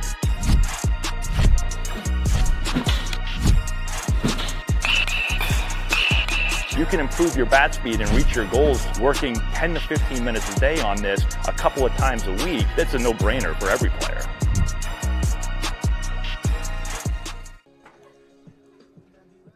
From White House Field, a foggy Saturday evening.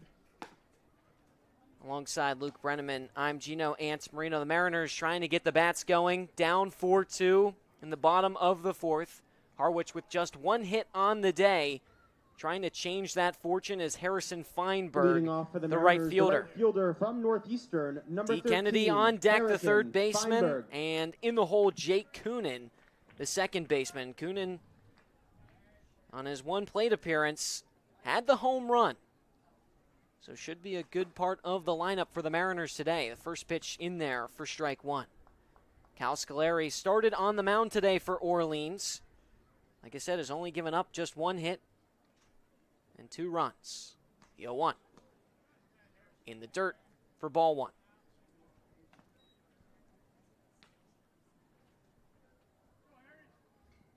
Harrison Firebirds was listed as the designated hitter yesterday against Falmouth.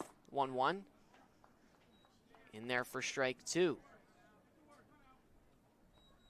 Firebirds went 0 for 2 yesterday against the Commodores with a walk and a strikeout.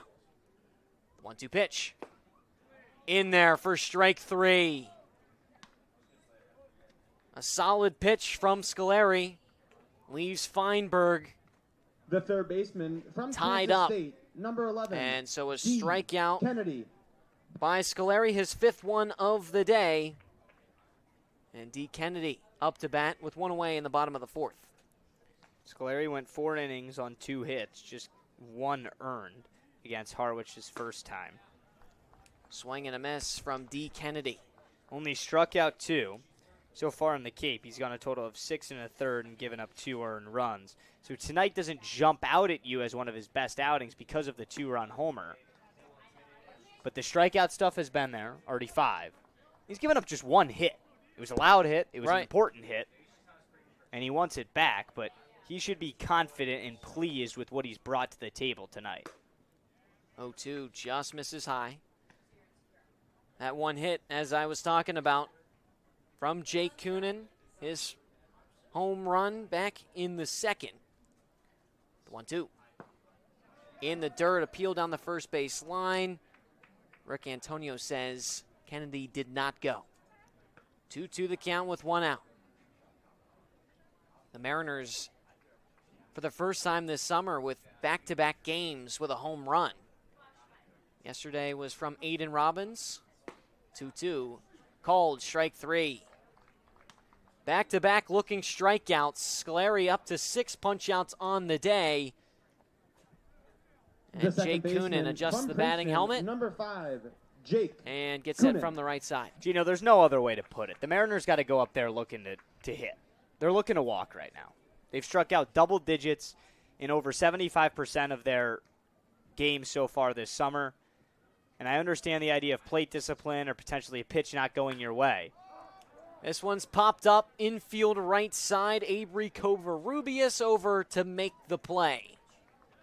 But to finish my point, they're just striking out too much. And that doesn't look good when you pop out in the infield on the first pitch. But in a 2-strike count, the count's got to get a little bigger. They strike out looking way too often. The Mariners' defense hasn't looked as solid as it has in prior games. The offense still stagnant. Mariners down 4-2 heading into the top of the 5th. We'll be right back at White House Field here on Cape League TV. When you need to dig, lift, move, cut, or just about anything else, then dial up the Rental Source staffed with equipment and construction experts. They'll help you get the right machine for the job and make sure it's delivered when and where you need it. With locations across New England and the newest and most reliable inventory, Milton Rents is your local source. You can make any bat feel lighter by adding a velo puck knob. Instead of having to go get a whole entirely new bat, you can simply add the puck to it. Players can use this with any bat. It's basically going to shift the weight of the bat a little bit more towards the hands. Players are able to hit the ball a lot harder just by simply adding the puck on.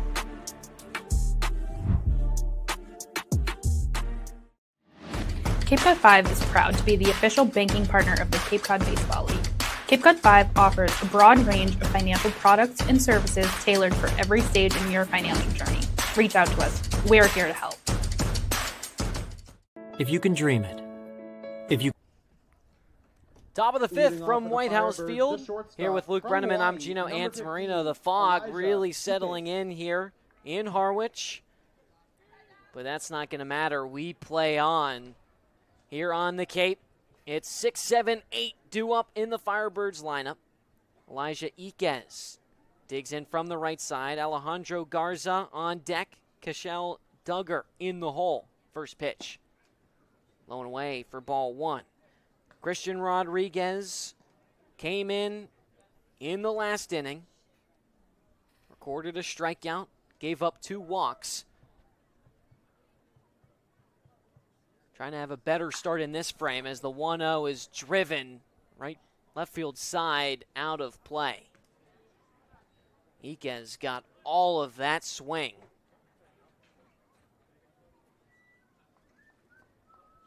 Iquez so far today has reached twice off a hit and an error, scored twice. It is the 1-1 swing and a miss.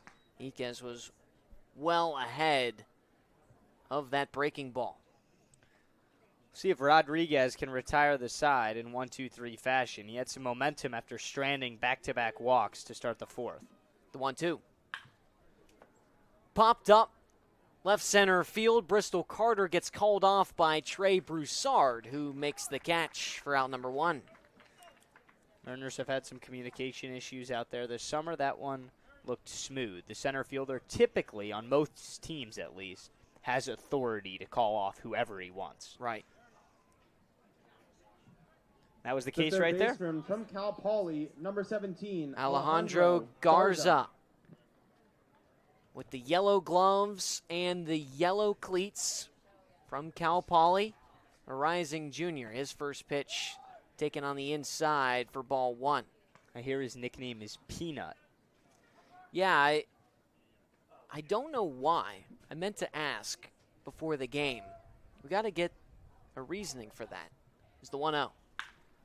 Hard ground ball, left side. D. Kennedy, the third baseman, flubs it, but gets it back, throws to first. And it's in and out of the glove of Sam Harris. So Garza on first. That was a tough play to make from the third baseman, Kennedy. Is that an error on Kennedy, or? We're awaiting the official decision. I think it has to be on Kennedy. Well, it was going to be an error if Garza ran like he should have the whole way. He would have beat it out. He was kind of jogging, thinking Kennedy was going to make the play. And then he threw it. It was going to get there in time, but Harris couldn't pick it out of the dirt. First pitch to Cashel Duggar.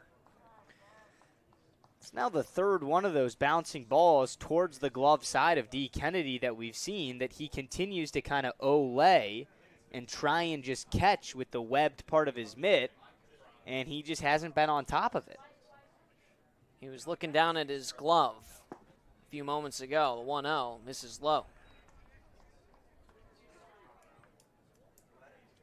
You can tell this defense isn't as sharp as it has been in prior games. Now up to 3 errors on the day for the Mariners. The 2-0. Pushed foul. So 2-1 the count. Duggar had a single in his last at-bat. Was stranded on second. Was back in the third. Duggar in his second game in a Firebirds uniform. Again, fouled off.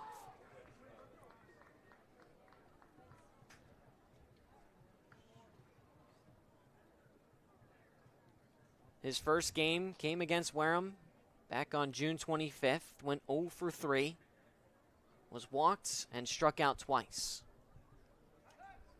Throw back to first, not in time.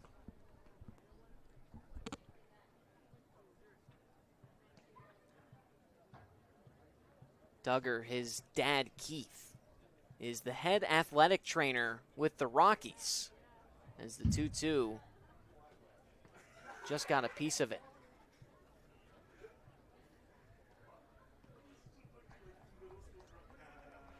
His dad Keith has been with the Rockies for 30 years.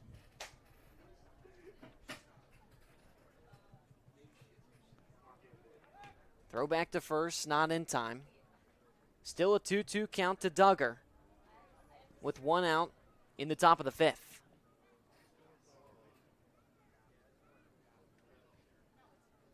Rodriguez fires home. Outside, ball 3. And you can tell it's almost like the defense mimics the way that the pitcher is performing. Sure. Right? And when you see the pitcher performing well, the defense follows suit. And More in today, focused. right, there's been a little bit of a lack of command on the mound. Runner takes off from first. 3-2 is fouled off. Right. We haven't seen a double play ball the last 2 nights, and that's where we've seen this defense be at their best. Granted, Maddox Maloney's not playing short. He's been the trigger man. Tyler Bell is now with Team USA. He has played stellar defense at second and third base. Jake Kunin on second, replacing Shintaro Inoue. Runner goes from first again, the 3-2. This one's golfed, and oh, what a catch from Kunin! He's going to throw back to first in time for the double play. Man, you might have jinxed it there, Luke. Me? Air Kunin. There we go. This is the Jake Kunin game. Look at this replay. Kunin running back, jumping up in the air. The Princeton Tiger making the double play and getting out of the inning. We head into the bottom of the 5th. Mariners down 4-2. We'll be back here on Cape League TV. Cape Cod 5 is proud to be the official banking partner of the Cape Cod Baseball League. Cape Cod 5 offers a broad range of financial products and services tailored for every stage in your financial journey. Reach out to us. We're here to help. Here at the Mass State Lottery, we're known for our monster wins. But there's no bigger win than the $1 billion we provide each year to support all 351 cities and towns in Massachusetts. In our game, we know that supporting local businesses and helping communities is how we all win. Because at the lottery, we're all playing for the home team. The Mass State Lottery. Welcome to the state of winning. Get ready for big results with our small machines. With more power, performance, comfort, and savings, they're ready for every job. And we're ready with plenty of inventory, the best support in the business, same-day parts availability, and locations across the Northeast. So you can always be ready to work. Milton Cat, always ready. If you can dream it, if you can cruise in it, if you can summer in it, fish from it, or take it for a day at the beach, we can protect it. The Baldwin Group, protecting the possible. Who's this guy? New man on the mound for Orleans. We welcome you back to White House Field in Harwich. Mariners down 4-2. Trying to get the better of Ethan Foley, who replaces Cal Scolari. Scolari went 4 innings, gave up just 1 hit, 2 runs. And out comes Ethan Foley, the California product, rising junior, 6'3", 215 pounds. The first baseman Pitched from in the last number game 30, Sam between these Harris. two teams. Foley went 2 innings, gave up 2 hits, no earned runs, and recorded 2 strikeouts. He was the 3rd pitcher for Orleans when the Mariners went on the road to take on these Firebirds. 7, 8, 9 due up in the Mariner order, starting with Sam Harris, the first pitch in there for strike 1. Would love to see Sam Harris get going a little bit this summer. The tall left-handed hitter is just now settling in. His first start was against Chatham. The 0-1. Flown foul.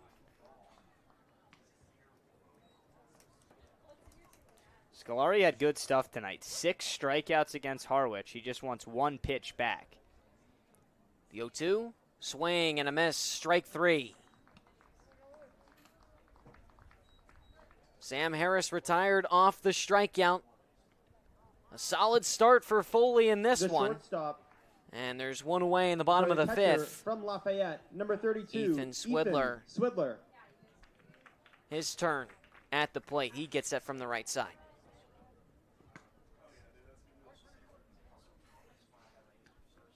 First pitch gets waved off. Pablo Bustamante, home plate umpire. First pitch in the dirt for ball 1. Gino, a social guy like yourself, Saturday night, Harwich Port, what are you doing? People want to follow you. They want to know where you're going. Do people want to know where I'm going? I think so. Well, I'm flattered to hear that. The 1-0, pushed foul, 1-1 the count. Some of the players were asking about you in the dugout. You're right. They were seeing what my Saturday night plans were. You know, to be honest, I don't really have any right now. It's the 1-1 swing and a miss. Might go home. You know, I did make like a peanut butter protein shake that is calling my name when I get home. On Saturday night?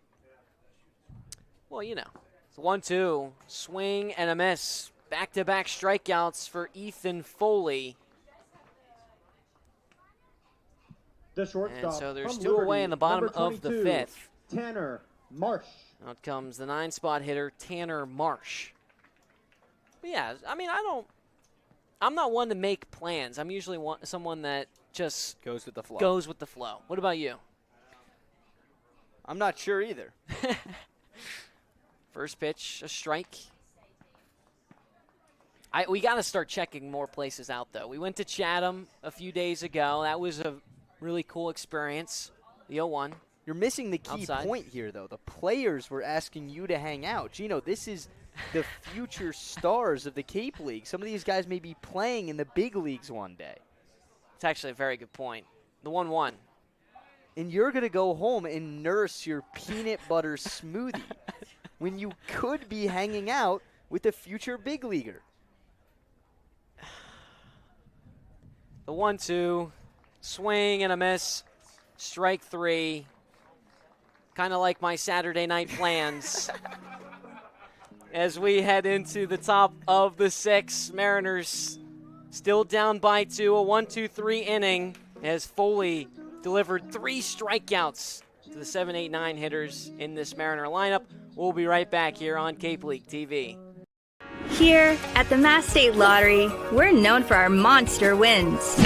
But there's no bigger win than the $1 billion we provide each year to support all 351 cities and towns in Massachusetts. In our game, we know that supporting local businesses and helping communities is how we all win. Because at the lottery, we're all playing for the home team. The Mass State Lottery. Welcome to the state of winning. If you need to dig, lift, move, grade, clear, or cut, pump, weld, clean, light, and just about anything else, dial up the rental source for the newest and the most reliable equipment in New England. Staffed with equipment and construction experts, Milton Rents, your local source.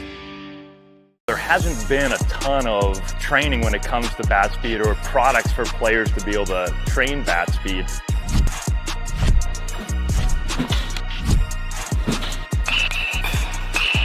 You can improve your bat speed and reach your goals working 10 to 15 minutes a day on this a couple of times a week. That's a no-brainer for every player.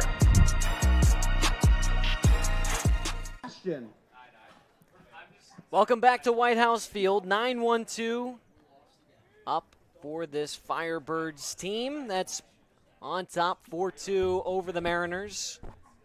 Alongside Luke Brenneman, I'm Gino Antamarino. Jaden Bastian, the center fielder, gets set from the right side.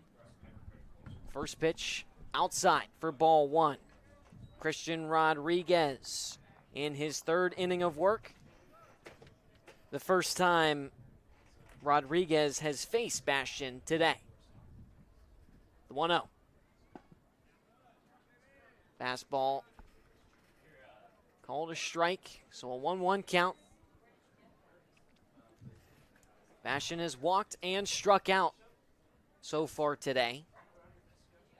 Strikeout belonged to Olin Johnson, who came in the 3rd. The 1-1. Swing and a miss. A healthy hack from Bastian.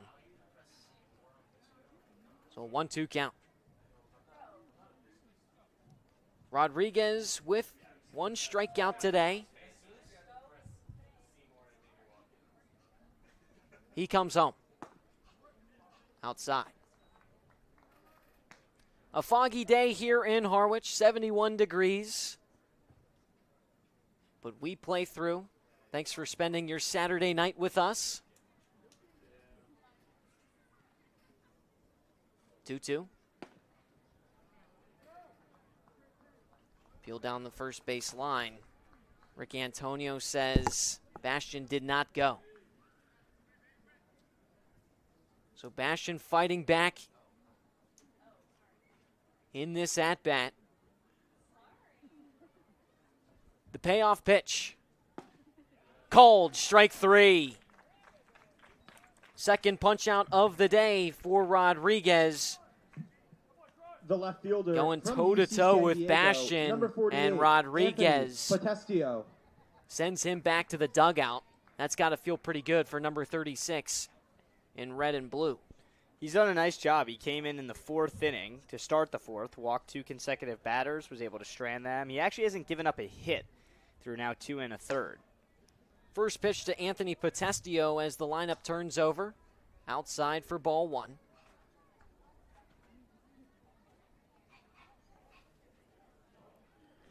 You can hear a dog barking here at White House Field. A packed house. Always packed, regardless of the weather. Fans coming out with the lawn chairs, sitting in the bleachers.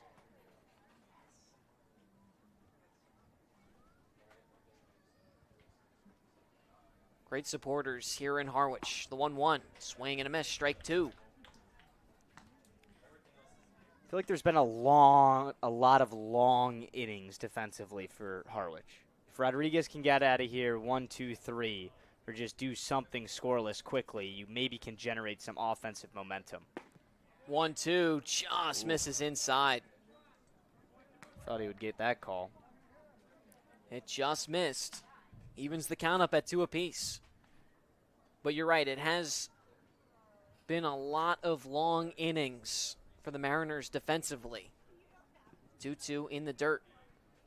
Something that's not common for the Mariners this summer. And it shows you how talented these pitchers are in the Cape League. You look at all the various summer baseball leagues throughout the country. Those scoreboards are 14-7, 21-2. I mean, there are runs on runs. And yes, the wooden bat aspect of it has a large impact. Payoff pitch. Blasted to left center field. Trey Broussard on his horse. It's going to fall in the gap back at the wall as Potestio puts on the brakes past second and now gets back to second for a 1-out double in the top of the 6th. He's had a DH nice from night Davidson, tonight. Number 10, He's already Michael walked twice. O'Shaughnessy. Now the double to get on for his 3rd time in 4 at-bats. And these are the guys that can drive in runs. O'Shaughnessy, Crossland, Levy. O'Shaughnessy and Crossland, that combination tonight has got on 3 times, a double from O'Shaughnessy. And you have to think that Kelly Nicholson, the manager for Orleans, is loving this Anthony Potestio, who stands on second. His debut game for the Firebirds this summer. His first pitch for O'Shaughnessy outside. I mean, that's as instant impact as they come. You lead off, and you get on 3 times in 4 at-bats. You steal a base. You already scored a run in the 1st inning. The 1-0 to O'Shaughnessy. Clips the bottom outer edge. Potestio, a rising junior from UC San Diego.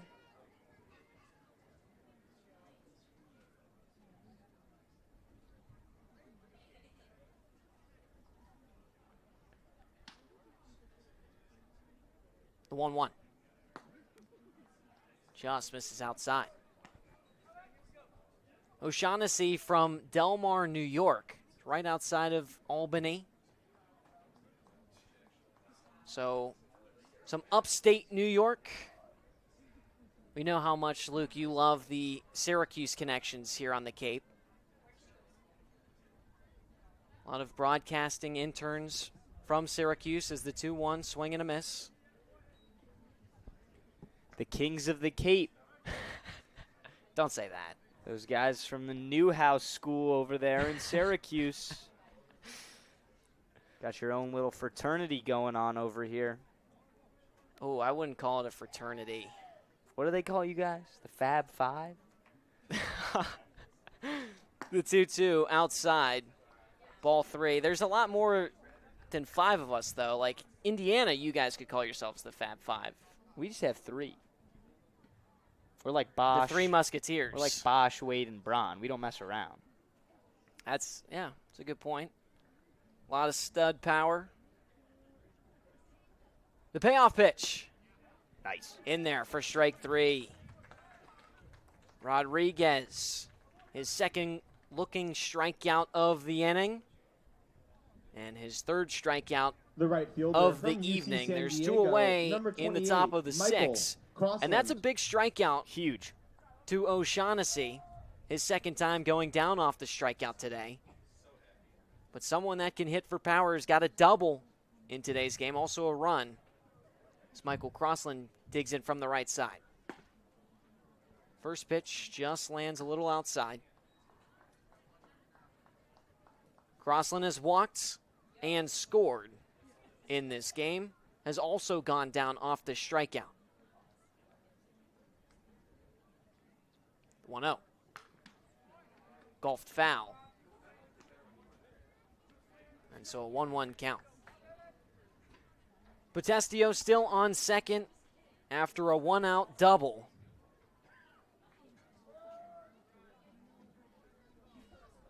His first hit of the summer. The 1-1. Swung and missed.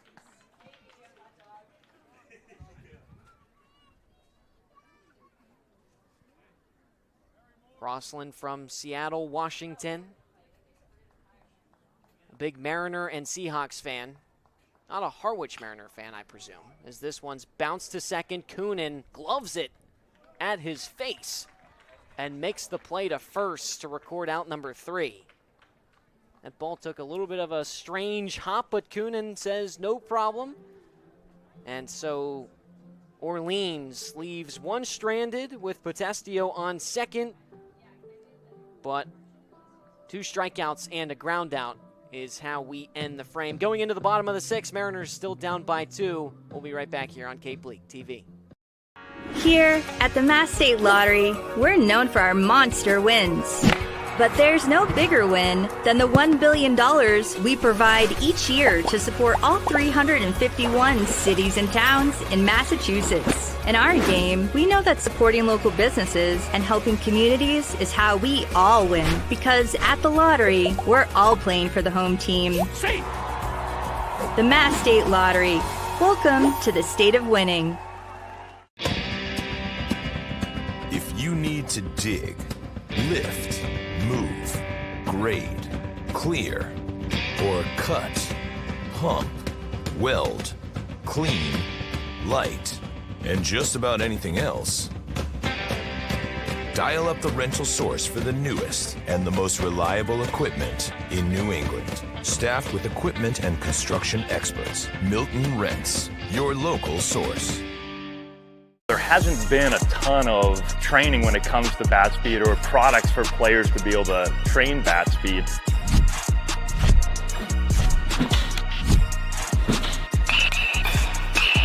You can improve your bat speed and reach your goals working 10 to 15 minutes a day on this a couple of times a week. That's a no-brainer for every player. Off for the Mariners. This Top of the order due up for the Mariners, and they've got a tall task at hand. Ethan Foley, that man right there on your screen, has been off to a hot start. Came in the last frame and made clockwork of hitters 7 through 9 for the Mariners. Struck them all out as he comes home for the first pitch for Broussard. Pops it up foul. Yeah, he came in and wasn't messing around. Oh.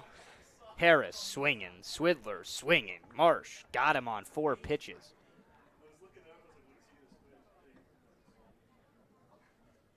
Foley has been solid. The 0-1. Inside at the waist. 1 ball, 1 strike. Foley, the Cal product. Rising junior from Lancaster, California. 1-1. Flown foul.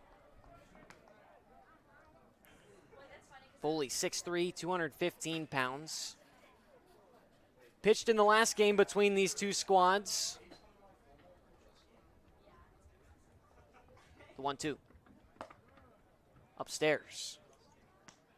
The Mariner dugout yelling good eye to Trey Broussard, who's gone 0 for 2 today. 2 ground outs. The 2-2. Swing and a miss, strike 3.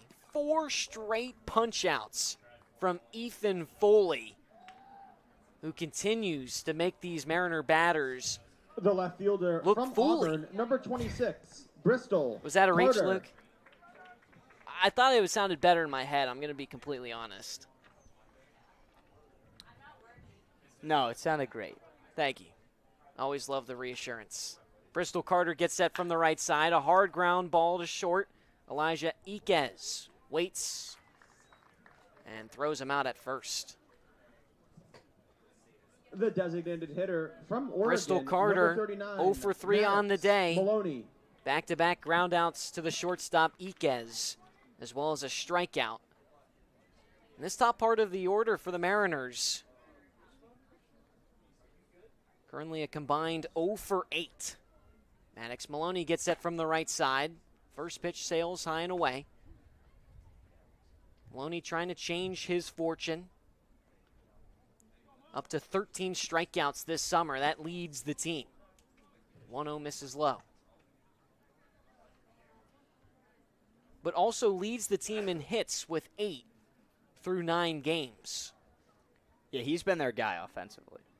The 2-0 popped up in foul territory down the third base line, and it tails out of play. Hits off the concrete between the grass and the bleachers, and a young Mariner fan wearing a Mariner hoodie comes over to grab it off the first hop. You put her in, maybe get a couple of defensive reps out there for the Mariners. Why not? Put her at third base. That was pretty impressive stuff. The 2-1 to Maloney. It hits him. Here we go. Maloney wears it off the elbow. And so he will take his spot on first. Something like that we've seen The can right get this fielder team from going. Northeastern, number 13, Harrison Firebirds. No better time to prove to Steve Englert why he bumped you up in this order if you're Harrison Feinberg. And we're waiting to see that power from Feinberg. Had 18 home runs this past year at Northeastern. That led his team. Could really use a big hit here. Mariners down by 2 with 2 outs. The pitch, cracked foul. And I wanted to mention on the Bristol Carter ground out that was before Maloney got hit by a pitch. If we're going to, or at least me, if I'm going to get on these guys about waiting and getting behind and striking out so often, they're already at 10 strikeouts tonight, by the way, then you can't discredit Carter for first pitch swinging and at least hitting a hard ground ball to short. You're right. It doesn't look great. You don't have anything to show for it. It was a 1 pitch out. You didn't even make Foley work. But at least he's going up there and being aggressive. And the same with Feinberg. First pitch swinging. 1-1. Hits the upper edge for strike 2. Feinberg was walked in his first plate appearance, but was caught stealing, something that doesn't happen a ton to the rising senior. Had 37 stolen bags with Northeastern. That led the team. So a tough out on the bases as the 1-2 just pushed foul over on the left side and thrown out at first. So the Mariners leave one stranded after Maloney was hit by a pitch, but a strikeout and 2 ground outs. Mariners still down by 2, have just 1 hit on the day, but it's going to have to start from the defensive side and translate to some better offense. Luke Brenneman will have you the rest of the way. We'll be right back here on Cape League TV. When you need to dig, lift, move, cut, or just about anything else, then dial up the Rental Source staffed with equipment and construction experts. They'll help you get the right machine for the job and make sure it's delivered when and where you need it. With locations across New England and the newest and most reliable inventory, Milton Rents is your local source. You can make any bat feel lighter by adding a velo puck knob. Instead of having to go get a whole entirely new bat, you can simply add the puck to it. Players can use this with any bat. It's basically going to shift the weight of the bat a little bit more towards the hands. Players are able to hit the ball a lot harder just by simply adding the puck on.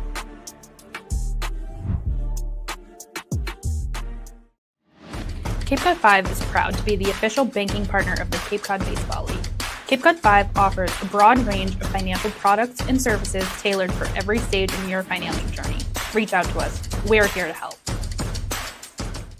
If you can dream it, if you can cruise in it, if you can summer in it, fish from it, or take it for a day at the beach, we can protect it. Welcome back to the foggy White House field here in Harwich on the western portion, or excuse me, the eastern half of Cape Cod. First pitch of the 7th inning, a foul ball from Robbie Levy. Staying in the game for now his 4th inning of action, the reliever Christian Rodriguez, given up just 1 hit through 3 scoreless innings. Levy is 0 for 3 so far tonight. The 0-1.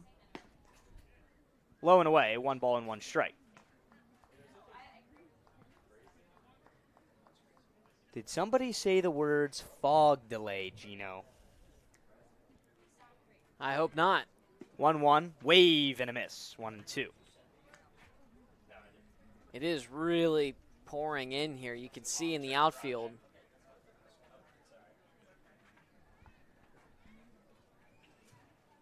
So 1 ball and 2 strikes for the leadoff hitter here in the 7th. The 2-strike pitch. Got him on the outside corner looking. The 4th strikeout of the night for Christian Rodriguez. He extends his outing into the 7th. USC, number 13. And with Avery 1 down Covarrubias. and nobody on, here's Avery Covarrubias. Mariner pitchers have struck out, the Mariner pitchers have 7 strikeouts over the Firebirds tonight, but trail by 2. First pitch strike on the lower portion of the zone. Covarrubias 0 for 3, has 2 groundouts and lined out to left. The 0-1 offering. Bounced about 6 feet before home plate, 1-1. Yeah, it looked like a little bit of something on the mound tripped up Rodriguez. So he's taking his cleat and kind of wiping things off. Here's the 1-1. That's low, 2-1. The Mariners let go of Jake McCoy today. The left-hander from South Carolina had such a good summer here in Harwich. He pitched last night, another dominant 8 strikeout, but he had some wear and tear from all those innings at South Carolina. The 2-1, low, 3 balls and 1 strike. Yeah, McCoy being let go because of an innings limit. So a lot of guys here on the Cape never really know who's expected to stay around. I mean, you have an idea, but it's an ever-changing roster, which makes for some fun baseball. 3 balls and 1 strike. Covarrubias ahead. The pitch. Swinging strike 2. He swung with 1 hand, lost grip. Maybe the fog is turning into some more air moisture than we can feel here in the press box upstairs. But the count's now full. 3 balls, 2 strikes, 1 out. The Mariners trail by 2 in the top of the 7th. Covarrubias v. Christian Rodriguez. He winds and fires. The payoff pitch. Got him looking. Back-to-back strikeouts to start the 7th. Christian Rodriguez has done a heck of a job out of the bullpen tonight. And that's 4 looking strikeouts number 15, from Elijah Rodriguez. I mean, Ike. just fooling these Firebirds. That's some impressive stuff. And it's much needed. The Mariners fell behind 4-2 after a 3-run top of the 3rd inning for Orleans, and it's been the score ever since. The skipper, Steve Englert, trots out to the mound, and we'll have a word with Rodriguez. you know Steve Englert, this could be one of those just hyping him up, trying to get the last out of the inning, asking him how he feels, or he may be, saying your day is done. But a pat on the back and a job well done from Rodriguez. Thomas Shirtliff is going to be the new Mariner pitcher. We'll give him a few minutes to warm up and be right back on Cape League TV. Cape Cod 5 is proud to be the official banking partner of the Cape Cod Baseball League. Cape Cod 5 offers a broad range of financial products and services tailored for every stage in your financial journey. Reach out to us. We're here to help. Here at the Mass State Lottery, we're known for our monster wins. But there's no bigger win than the $1 billion we provide each year to support all 351 cities and towns in Massachusetts. In our game, we know that supporting local businesses and helping communities is how we all win. Because at the lottery, we're all playing for the home team. The Mass State Lottery. Welcome to the state of winning. Get ready for big results with our small machines. With more power, performance, comfort, and savings. They're ready for every job. And we're ready with plenty of inventory, the best support in the business, same-day parts availability, and locations across the Northeast. So you can always be ready to work. Milton Cat, always ready. If you can dream it, if you can cruise in it, if you can summer in it, fish from it, or take it for a day at the beach, we can protect it. The Baldwin Group, protecting the possible. Back here in Harwich, the new arm for the Mariners, Thomas Shirtliff. I like this move from Englert. 2 outs. It gives Shirtliff a little bit of a cushion, right? He doesn't have to come in a big-time moment, and whether the bases are loaded, or he doesn't have to come in with no outs, right? So you automatically have that comfortability. Not saying that he's uncomfortable or would ever be uncomfortable, but you already have the momentum. You just have to go and get 1 out. It's a lot easier to get 1 out than to get 3, obviously. Shirtliff pitched the last time these two teams saw each other at Eldridge Park last Saturday. And he was actually credited with the loss. Number 15, 2 innings, 2 hits, 2 runs. It was because he walked the bases loaded. So looking for a little bit of redemption this time around, but the Mariners trail by 2 with 2 outs in the top of the 7th against the Orleans Firebirds. The batter is Elijah Iquez. First pitch, strike. Good stuff from Rodriguez as well. Went for 3 2/3. Gave up a hit, no earned runs, 2 walks, and had 5 strikeouts, 4 of them looking. So solid stuff for him. He's kept the Mariners in it.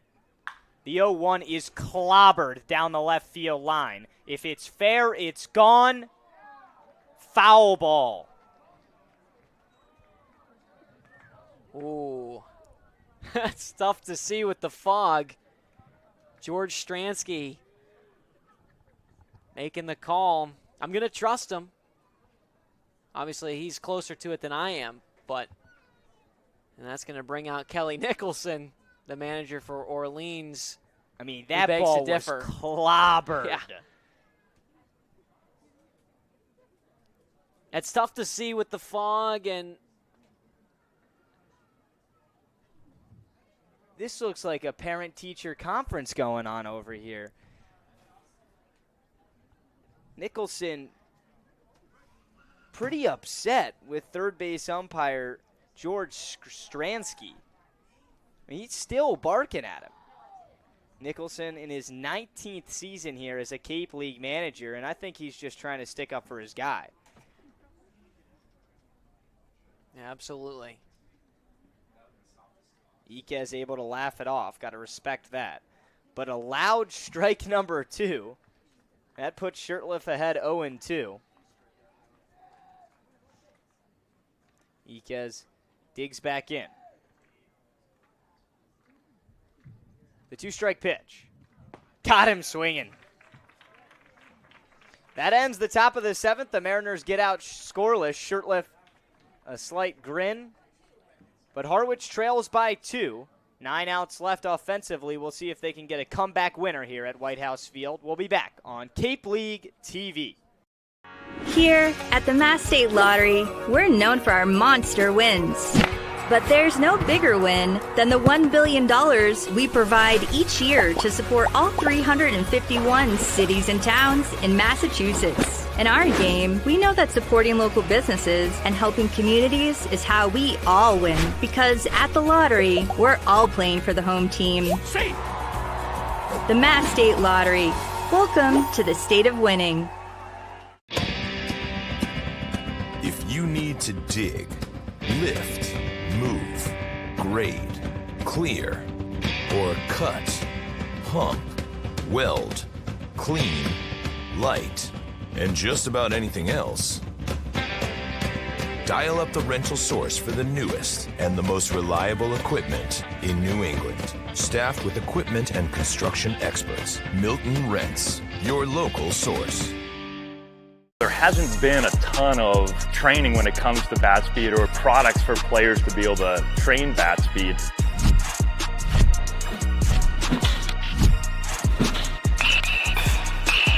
You can improve your bat speed and reach your goals working 10 to 15 minutes a day on this a couple of times a week. That's a no-brainer for every player.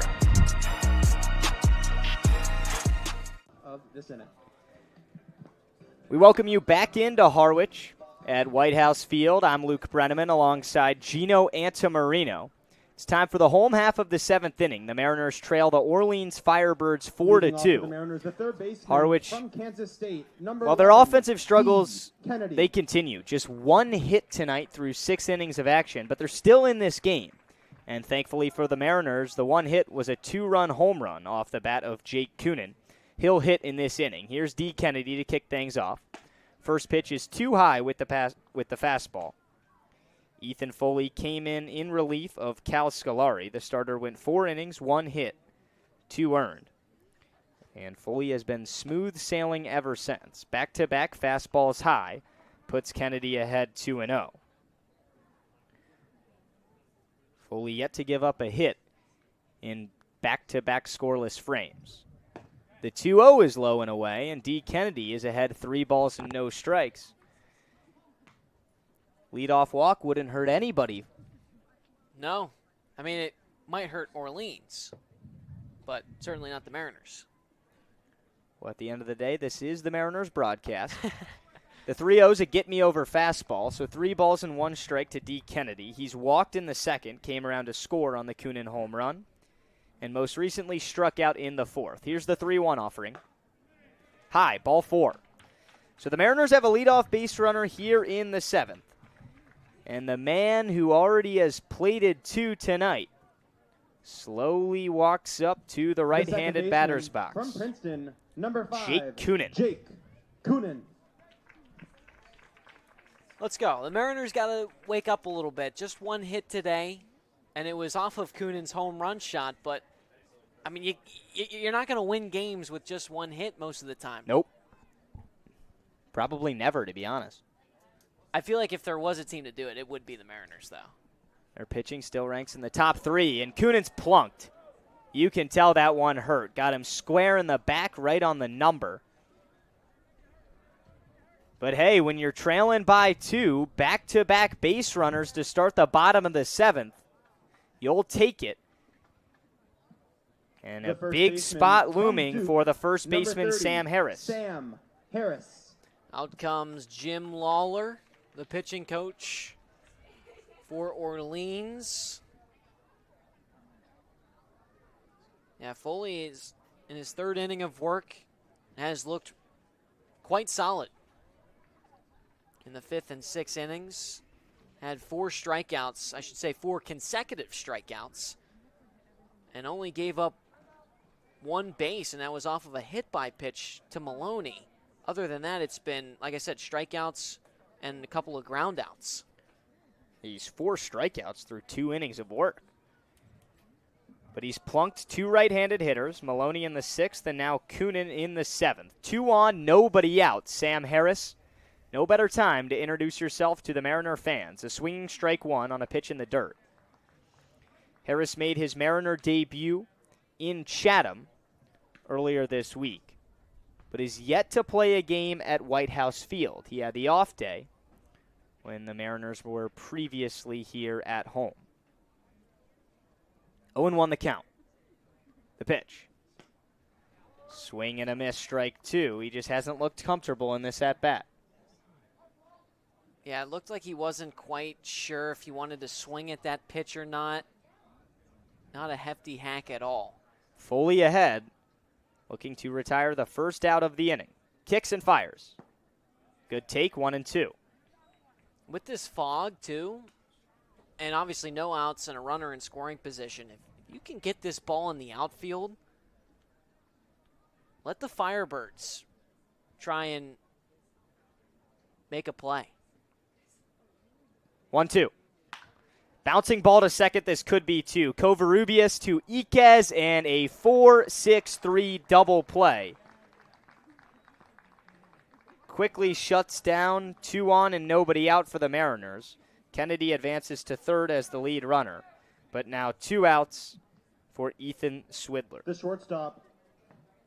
catcher from Lafayette, number 32, Ethan. You still have Swidler. Kennedy over on third. But yeah, I mean, that's tough to give up. First pitch to Swidler. Check swing. He went around. The appeal went to Rick Antonio at first base, and he said yes. So Swidler behind 0-1. Swidler 0 for 2 with 2 swinging strikeouts so far tonight. If he can poke one into a gap and cut this lead in half, it would be huge. Another check swing, but this time he didn't go around. The pitch was low, 1 ball and 1 strike.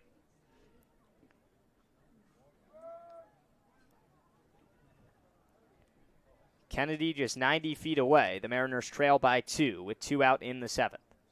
The 1-1. Outside, 2-1.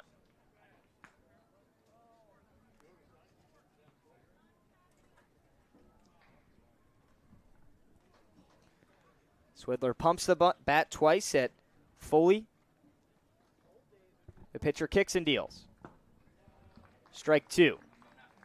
Swidler just not committing right now on each swing. We've seen 2 check swings, and that one he fully went around, but we know he can swing it harder than that. Yeah, even Harris on that last at-bat, too, it looked like they just weren't really making their minds up if they wanted to swing or not. Foley's got good stuff. Looking for some more here. The 2-strike pitch.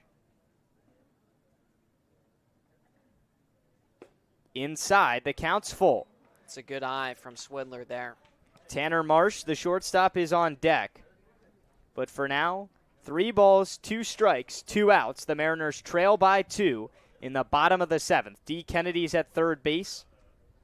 Swidler from the right side. The pitch. That's low. A good at-bat results in a walk from Ethan Swidler. And now runners on the corners for the newest Harwich Mariner, Tanner Marsh.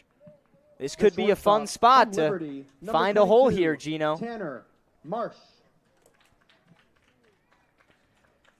Going to have a quick mound visit from the catcher, Cashel Duggar. And also Kelly Nicholson out from the dugout.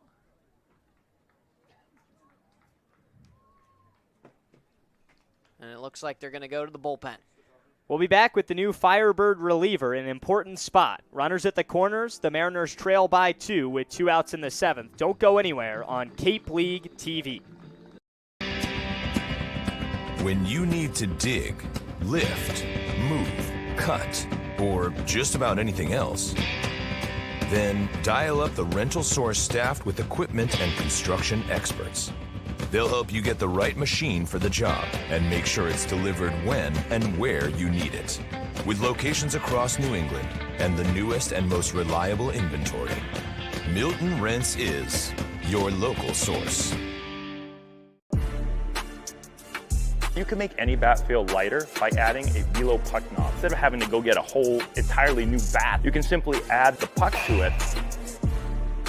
Players can use this with any bat. It's basically going to shift the weight of the bat a little bit more towards the hands. Players are able to hit the ball a lot harder just by simply adding the puck on.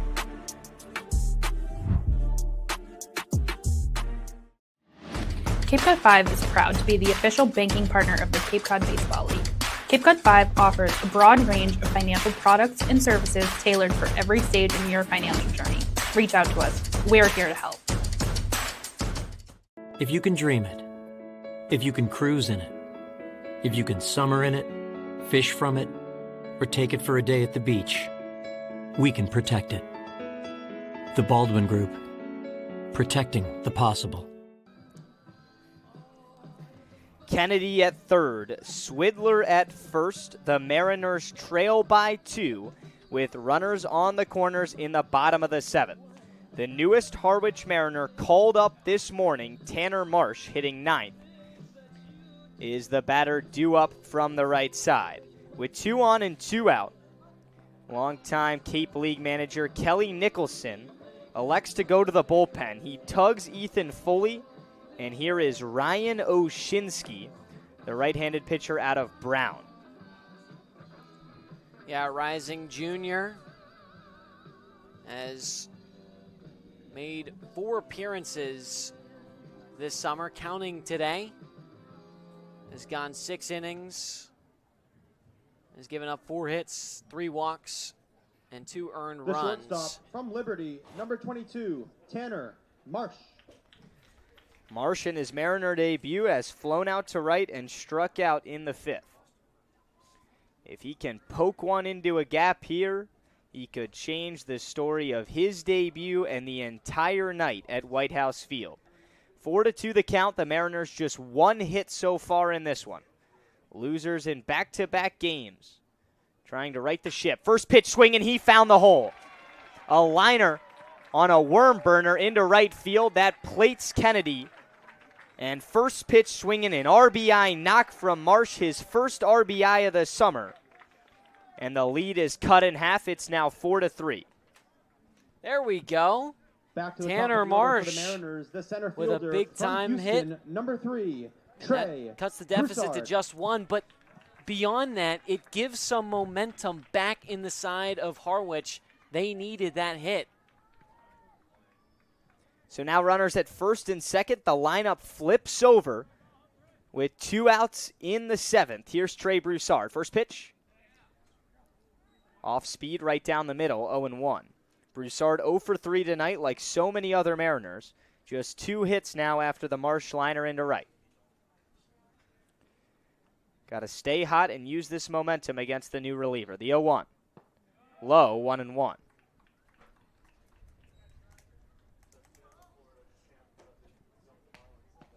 There's that replay of the hit from Marsh. That's what you call instant impact. High leverage opportunity in the later innings at the bottom of the order. He didn't mess around. First pitch. The 1-1. Too early, Broussard, but he killed that one down the right field line.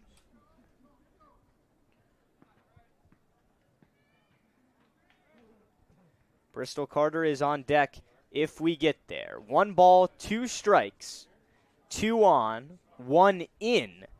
Bottom of the 7th with 2 outs. The 2-strike pitch. Got Broussard swinging. Drop third strike, so Duggar's going to have to throw to first. He does, and that ends the 7th inning. The Mariners score 1 and cut the lead in half on the Marsh RBI single, but still trail 4-3. We head to inning number 8 on Cape League TV. Here at the Mass State Lottery, we're known for our monster wins.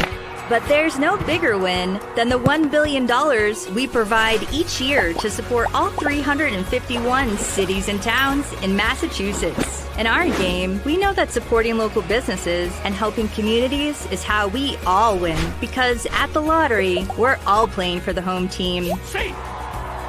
The Mass State Lottery. Welcome to the state of winning. If you need to dig, lift, move, grade, clear, or cut, pump, weld, clean, light, and just about anything else, dial up the rental source for the newest and the most reliable equipment in New England. Staffed with equipment and construction experts, Milton Rents, your local source.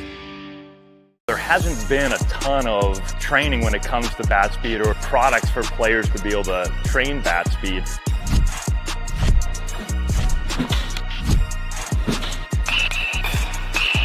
You can improve your bat speed and reach your goals working 10 to 15 minutes a day on this a couple of times a week. That's a no-brainer for every player. 228. And for half of the total money collected. Welcome back to White House Field. The Mariners score one in the bottom of the seventh, but still trail by one, 4-3. Alongside Gino Antamarino, I'm Luke Brenneman. After coming in the top of the seventh with 2 outs, Shirtliff was able to strike out Elijah Iquez, so he extends his night now into the 8th. The fog continues to dump over White House Field. Look at that shot. Tucked away towards the woods here in Harwich. 7, 8, and 9 due up for the Firebirds. That's Garza, Duggar, and Bastian. A combined 2 hits from that trio so far tonight. First pitch of the 8th. Right down the middle with a fastball, 0-1. Man, you got to feel bad for Carter, Broussard, and Feinberg in the outfield, trying to locate anything that's up in the air. I mean, good luck. See if Shirtliff can just strike out the side like the Mariners did in the 7th. And it'll be no problem. The 0-1 is a wave and a miss. Quickly ahead, Shirtliff 0-2. Garza singled in the 2nd. It was an RBI hit. That plated the first run of the game. Since then, reached on an errand, scored in the 3rd. Flew out and strikeout. He's behind 0-2 in the 8th. Shirtliff kicks and fires. Pokes one to the second baseman, Coonan, fields it off 1 hop, throws to first to beat the runner. 1 up, 1 down.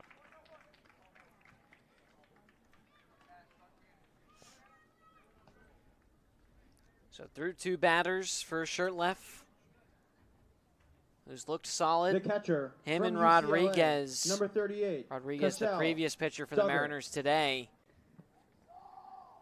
See if Shirtliff can keep up that momentum that Rodriguez generated. That brings the catcher Duggar to the plate with 1 out, and nobody on. Foul, 0-1. Righty-lefty matchup. Duggar has a single and an RBI in the 3rd. Also had that line-out double play in the 5th when he hit it right to Coonan. Coonan doubled up the runner at first, Garza. The 0-1. Spiked into the ground right at the pitcher, Shirtliff. Good hand-eye coordination. Fields it on 1 hop. Flips to first. 2 up, 2 down. The Mariners can get out of here 1, 2, 3. The crowd's still here. Still 6 outs to play with offensively, trailing by 1. They scored the most recent run in the bottom of the 7th. Pinch hitting for the Firebirds. I think maybe you can get something going. From Wake Forest, number 2, Tristan Salinas. So Tristan Salinas pinch hitting for Bastian in the 9 spot. Batting a 1.33 average so far this summer through 8 games. First pitch to the pinch hitter, Salinas. That's upstairs, 1-0. Some scores around the lead. Hyannis continues to stay dominant. They're up 5-1 over Falmouth in a rain delay. How about Katuitt? They're in a tight one, 6-4, the lead for the Kettleers over the Bourne Braves in the 8th inning. Here's the 1-0 pitch in Harwich. Missed somewhere outside, 2-0. I'm excited for Hyannis and YD tomorrow. That's going to be a really good game. Bourne, that's the team that the Mariners play tomorrow. First time at Dorn Park. YD looking to be the first team to 9 wins tonight. They're up 3-2 in the 7th over Wareham. 2-0, swing and a miss. Shirtliff's on the board in the strike column, 2-1. And Chatham, they're finally finding a little bit of a groove. Remember, we tied them, and then Chatham had another tie the next day against Wareham. Got a win last night, and now they're ahead 2-0, still in the 4th against Brewster. We talked about how talented that roster is. They're going to wake up at some point. The 2-1 clips the top part of the strike zone. It's now 2 balls and 2 strikes. Deuce is wild here in the 8th. And how about Brewster as well with the hot start and then really cooling off. The crowd claps. The 2-2 pitch. Got him swinging. Thomas Shirtliff fired up on the mound, a quick smile, but he knows the Mariners need at least one more, if not flip it and win this thing with 2. We head to the bottom of the 8th on Cape League TV. Cape Cod 5 is proud to be the official banking partner of the Cape Cod Baseball League. Cape Cod 5 offers a broad range of financial products and services tailored for every stage in your financial journey. Reach out to us. We're here to help. Here at the Mass State Lottery, we're known for our monster wins. But there's no bigger win than the $1 billion we provide each year to support all 351 cities and towns in Massachusetts. In our game, we know that supporting local businesses and helping communities is how we all win. Because at the lottery, we're all playing for the home team. The Mass State Lottery. Welcome to the state of winning. Get ready for big results with our small machines. With more power, performance, comfort, and savings. They're ready for every job. And we're ready with plenty of inventory, the best support in the business, same-day parts availability, and locations across the Northeast. So you can always be ready to work. Milton Cat, always ready. If you can dream it, if you can cruise in it, if you can summer in it, fish from it, or take it for a day at the beach, we can protect it.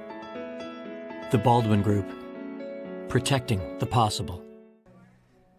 A good ball game here in Harwich. Alongside Gino Antamarino, I'm Luke Brenneman. We welcome you into the latter 2 innings. It's time for the bottom of the 8th. Orleans with a 4-3 advantage over the Harwich Mariners. But 2, 3, and 4 up for Harwich. That's Bristol Carter, Maddox Maloney, and Harrison Feinberg. Mariners scored the most recent run in this game on a 2-out RBI single to end the 7th by Tanner Marsh. Carter hitless so far tonight, was 0 for last night. But you want to think, if 26 in those cream Harwich unis can get on, he has the speed to steal a bag and put himself in scoring position. Staying on the mound is Ryan Oshinsky. First pitch foul, strike 1.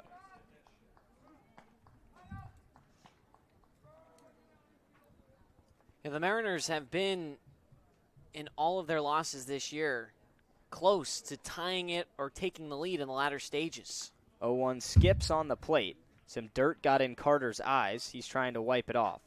Nonetheless, the count is 1 ball and 1 strike. And you have to think that the frustration's mounting just a little bit because obviously it's still early in the summer, but a lot of these games, the Mariners are right there to take it. 1-1, that's in. 2 balls and 1 strike.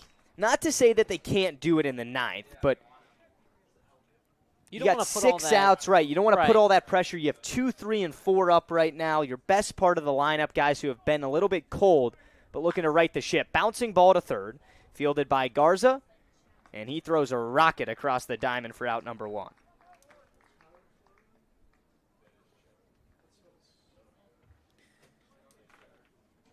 So here's a guy that can tie this game with 1 swing. 39, Maddox That's the DH Maddox Maloney. He's 0 for 2 tonight, but was hit by a pitch in the 6th inning. The pitcher Oshinsky came in the bottom of the 7th with 2 outs and runners at the corners, sacrificed the RBI hit to Tanner Marsh before striking out Broussard to end the inning. He kicks and fires. Swinging strike 1. The crowd stays intact here at White House Field, navigating the fog, some colder conditions tonight. The 0-1. Back-to-back swinging strikes. Maloney's behind 0-2.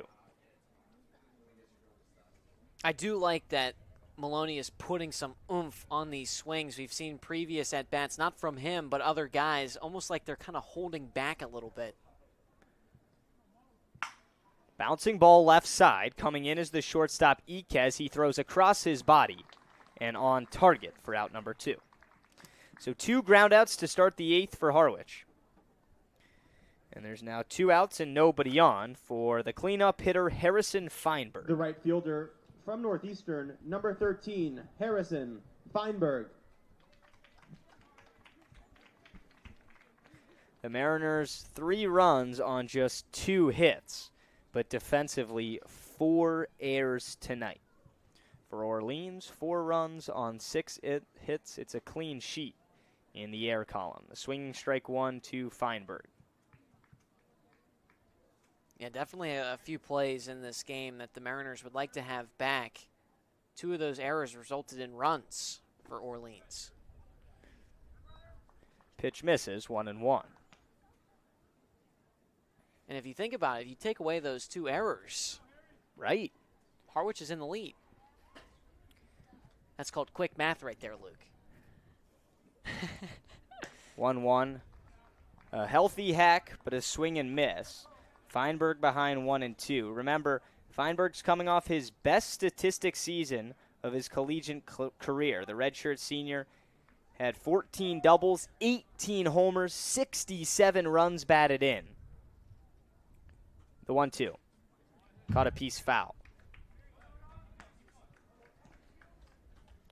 The guy that they call Harry in the Mariners dugout, Steve Englert, the longtime Mariners skipper with all kinds of nicknames for these guys. Gino and I are just the ones to decipher the lineup sheet. The 1-2, got him looking on the outside corner. A lethal breaking ball from Ryan Oshinsky ends the 8th in strikeout fashion. The Mariners go 1-2-3. We head to the final frame. The Mariners trail 4-3 on Cape League TV. Here at the Mass State Lottery, we're known for our monster wins. But there's no bigger win than the $1 billion we provide each year to support all 351 cities and towns in Massachusetts. In our game, we know that supporting local businesses and helping communities is how we all win. Because at the lottery, we're all playing for the home team. The Mass State Lottery. Welcome to the state of winning. If you need to dig, lift, move, grade, clear, or cut, pump, weld, clean, light, and just about anything else, dial up the rental source for the newest and the most reliable equipment in New England. Staffed with equipment and construction experts, Milton Rents, your local source. There hasn't been a ton of training when it comes to bat speed or products for players to be able to train bat speed.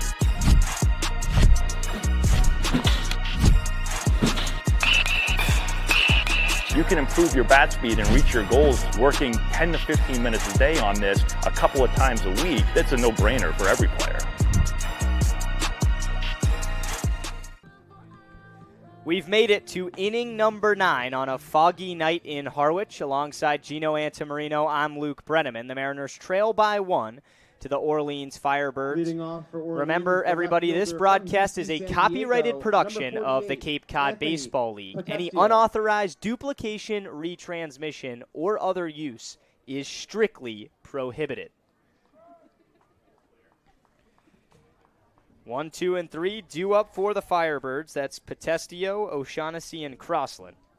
Anthony Potestio digs in for a lefty-righty matchup. First pitch, bouncer up the middle. The shortstop, Marsh, smooth as it gets. 1 pitch, 1 out.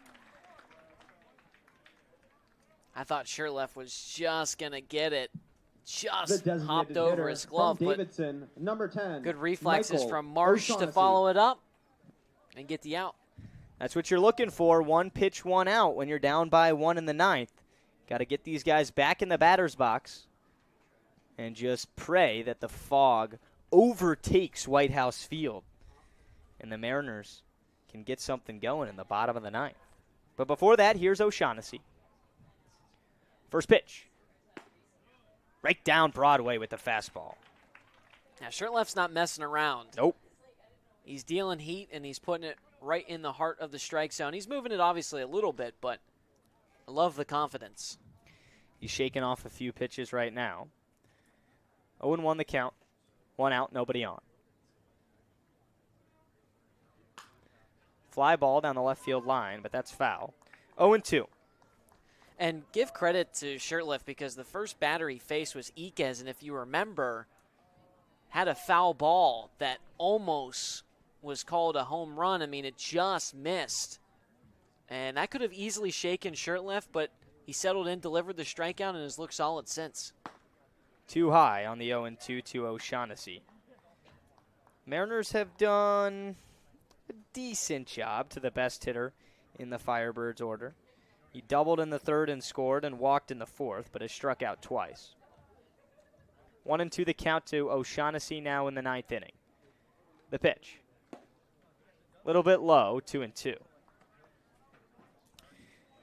Due up for Harwich offensively in the bottom of the ninth is 5, 6, 7, Kennedy, Kuhn, and Harris. Those have been the guys that, although it's just been a little bit of a match for a spark, they've been the one who's created it. 2-2. Foul. Remember, Kuhn has a 2-run homer. D. Kennedy's gotten on a couple times with a few walks. The other RBI came on that Marsh single. He's hitting ninth. It'd be a good sign if the Mariners can get to Marsh for an at-bat in the bottom of the ninth. But for now, 2-2 with 1 out in the top of the ninth. Here's the pitch. Up high by the eyes, 3-2. Two longtime skippers going at it here. Kelly Nicholson approaching the 2-decade mark as a manager in the Cape Cod Baseball League, and Steve Englert, well, he's surpassed it. But right now, it's the Firebirds who lead the Mariners 4-3. The payoff pitch. Swinging strike 3. Thomas Shirtlift has brought his A game tonight. The Great right fielder pitch from UC Shirtlift. San Diego, number 28. Like I said, I Michael mean, Crossland. just looks so comfortable out there. Even though O'Shaughnessy was fighting back in that at-bat, Shirtlift just puts it in the strike zone and says, see you later. Here's Michael Crossland with 2 outs and nobody on. First pitch. Bouncing ball, third base side, foul. Couple Mariner bullpen arms stretching over there. They had to look out. How about those hoodies, though? Oh, they're so nice. I love that baby blue. The Mariners did it right with the new uniforms. It's E.J. Nevels holding the football. 0-1. Ooh, High. thought that could have been close. But, I mean, it's hard to mess up, going back to the uniform, it's hard to mess up baby blue. Is it? It's hard to mess it up. You're saying it's just naturally that good of a color. It's naturally that good. Why do I never see you in baby blue? I got the sort of a baby That's blue not on. baby It's blue. got a Mariner polo on. 1-1. It hit him in the head. Thankfully, it was an off-speed pitch. It looked like a curveball. And O'Shaughnessy's helmet is still tilted The first after baseman getting from plunked. George Washington, number 33. He looks to be okay. Robbie Levy. Yeah, actually, that was Crossland who got hit. But, yeah, he takes that helmet kind of swiveled on his head. Just looked like Shirtlift mishandled the pitch. But there's 2 away. You got to get out of this inning. First pitch swinging is Levy. Broussard navigating the fog, and he does it. That's tough to do. The third out of the top of the ninth. The Mariners trail by 1, but have a last chance in the home half. Hopefully we have an exciting finish tonight at White House Field. We'll be back on Cape League TV. When you need to dig, lift, move, cut, or just about anything else, then dial up the Rental Source staffed with equipment and construction experts. They'll help you get the right machine for the job and make sure it's delivered when and where you need it. With locations across New England and the newest and most reliable inventory, Milton Rents is your local source. You can make any bat feel lighter by adding a velo puck knob. Instead of having to go get a whole entirely new bat, you can simply add the puck to it, Players can use this with any bat. It's basically going to shift the weight of the bat a little bit more towards the hands. Players are able to hit the ball a lot harder just by simply adding the puck on.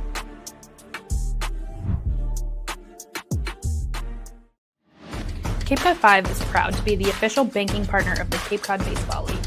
Cape Cod 5 offers a broad range of financial products and services tailored for every stage in your financial journey. Reach out to us. We're here to help. If you can dream it, if you can cruise in it, if you can summer in it, fish from it, or take it for a day at the beach, we can protect it. The Baldwin Group, protecting the possible. Bottom of the ninth. The Mariners trail by 1 at White House Field. The fog continues to pour in to Harwich these nights on the Cape, especially in Chatham, but right nearby in the neighboring town of Harwich, it can get bad as the afternoons turn into evenings. And we're in the bottom of the ninth alongside Gino Antamarino. I'm Luke Brenneman. New pitcher, the closer, coming in for the Firebirds, 11, it's D. Steele Kennedy. Murdoch. The Mariners are hoping that Steele is made of paper tonight. 5, 6, and 7 due up. D. Kennedy takes a first pitch strike down the middle. Yeah, Murdoch came in the last game between these two. Went 3 up, 3 down in the final inning to end the game.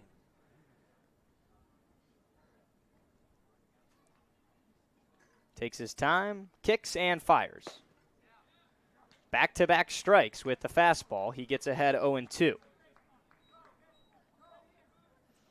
It's Kennedy, Coonan, and Harris. Mariners just have 2 hits tonight offensively, but still in it in the ninth. The 0-2. Strike 3. Good morning, good afternoon, and good night. Kennedy goes down on 3 pitches to start the bottom of the ninth. The second baseman from Princeton, number 5, Jake Coonan. The offensive struggles continue. The Mariners have now struck out 13 times tonight. Seems like an every night thing where they're in the double-digit tally in that statistic. Yeah, and only 2 hits on the day as well. But one of the hits, a 2-run home run off the bat of this guy, Jake Coonan. First pitch swinging and missing, strike 1. He had a 2-run homer, his first of the summer in the second inning. A homer here could extend this game. Murdoch kicks and fires. Misses low, 1-1. Mariners lost a tough one last night on the road against Falmouth. The Firebirds lost in a shootout last night, 11-7 against Hyannis. Here's the 1-1. That's low.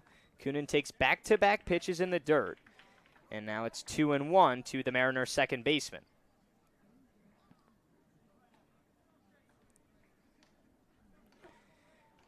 Coonan steps out, takes a deep breath, digs back in, waiting for the 2-1 from Murdoch. Swinging a foul down the right field line. It's 2-2. And Coonan making contact there. Just getting a feel for Murdoch's pitching. Wonder if the hitters are having issues with the fog as well. It's particularly bad in the outfield, but that could just be the lighting. Granted, the camera shot that you're seeing from center field, that camera is not manned, so has not been wiped down, has a little bit of mist on it. The 2-2 skips in the dirt. And now a full count to Coonan. 3-2, 1 out, nobody on. The Mariners trail by 1 in the bottom of the ninth. Sam Harris is on deck.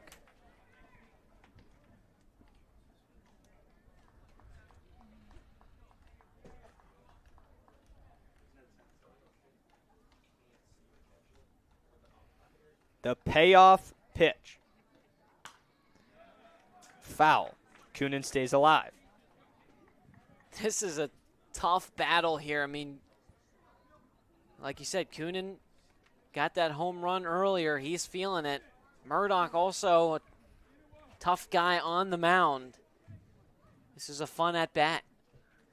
Another 3-2. This one's laced into left, and it's found the gap. Kunin's rounding first, thinking extra bases. The left fielder, Petestio, throws it to the cutoff man, and here we go. A runner in scoring position, Kunin's second hit of the night. And the Mariners have life, trailing by 1 in the bottom of the ninth. The first baseman from Duke. Let's go, Jake number 30, Kunin. Sam Easily Harris. his best offensive game in a Mariner uniform this summer. And this is a big spot for Harris. We mentioned this is Sam Harris's first game at White House Field. Just his second start as a Harwich Mariner. Kunin at second, trailing by 1, bottom of the ninth. The first pitch is low. A borderline fastball goes in the favor of Sam Harris and the Mariners, 1-0. Harris is hitting seventh, was hit by a pitch in the second, struck out in the fifth, and grounded into a double play in the seventh. A hit here could do wonders. The 1-0. Tapped foul, 1-1. The pitcher for the Firebirds, the right-hander Steele Murdoch, saw this Harwich lineup just a week ago and dominated. The Firebirds beat the Mariners 3-1 at Eldridge Park in Orleans. But a tight one here in the ninth, the 1-1. Pushed down the left field line, drifting foul. The Mariner dugout continues to cheer on the first baseman Sam Harris, telling him to dig in. I overheard manager Steve Engler. Ethan Swidler's on deck.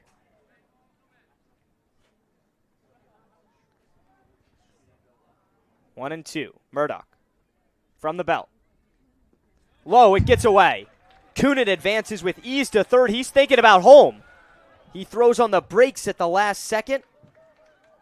But the Mariners now have a runner just 90 feet away as the tying run in the bottom of the ninth with 1 out. Smart play from Kunin, right? You don't need to push it. You got 1 out.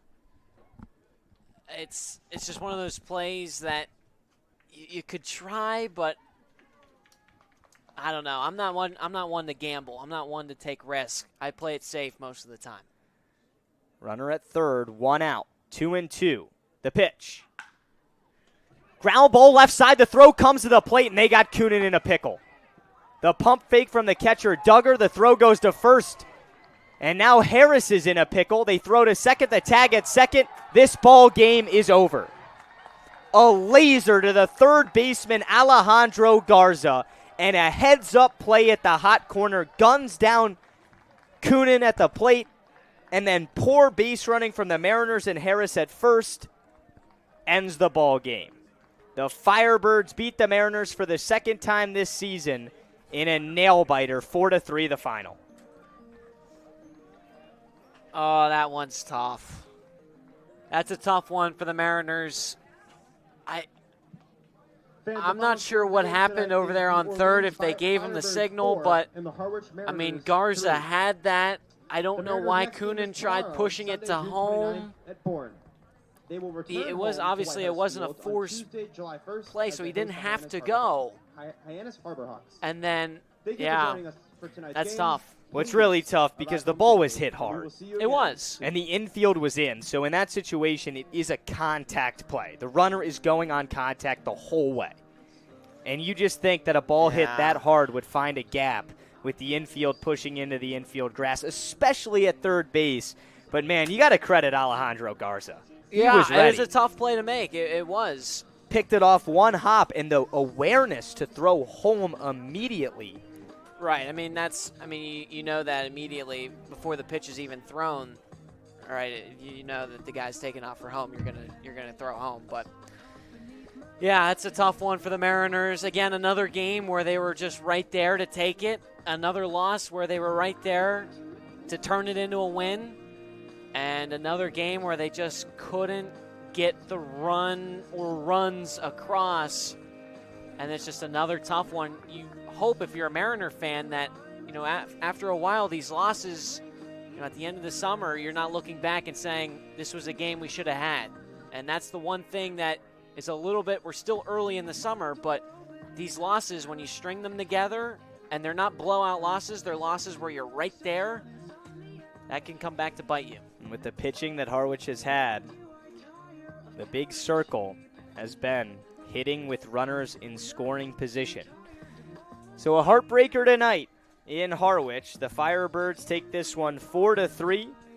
We'll be on the road tomorrow to see the struggling Bourne Braves. The Mariners have now lost 3 in a row and look to right the ship at 6 o'clock. We'll be live on the radio on Cape League TV. So thank you for tuning in and spending your night with us. For my partner Gino Antamarino, our producer Dave Roberts, and everybody else involved, we say so long and good night.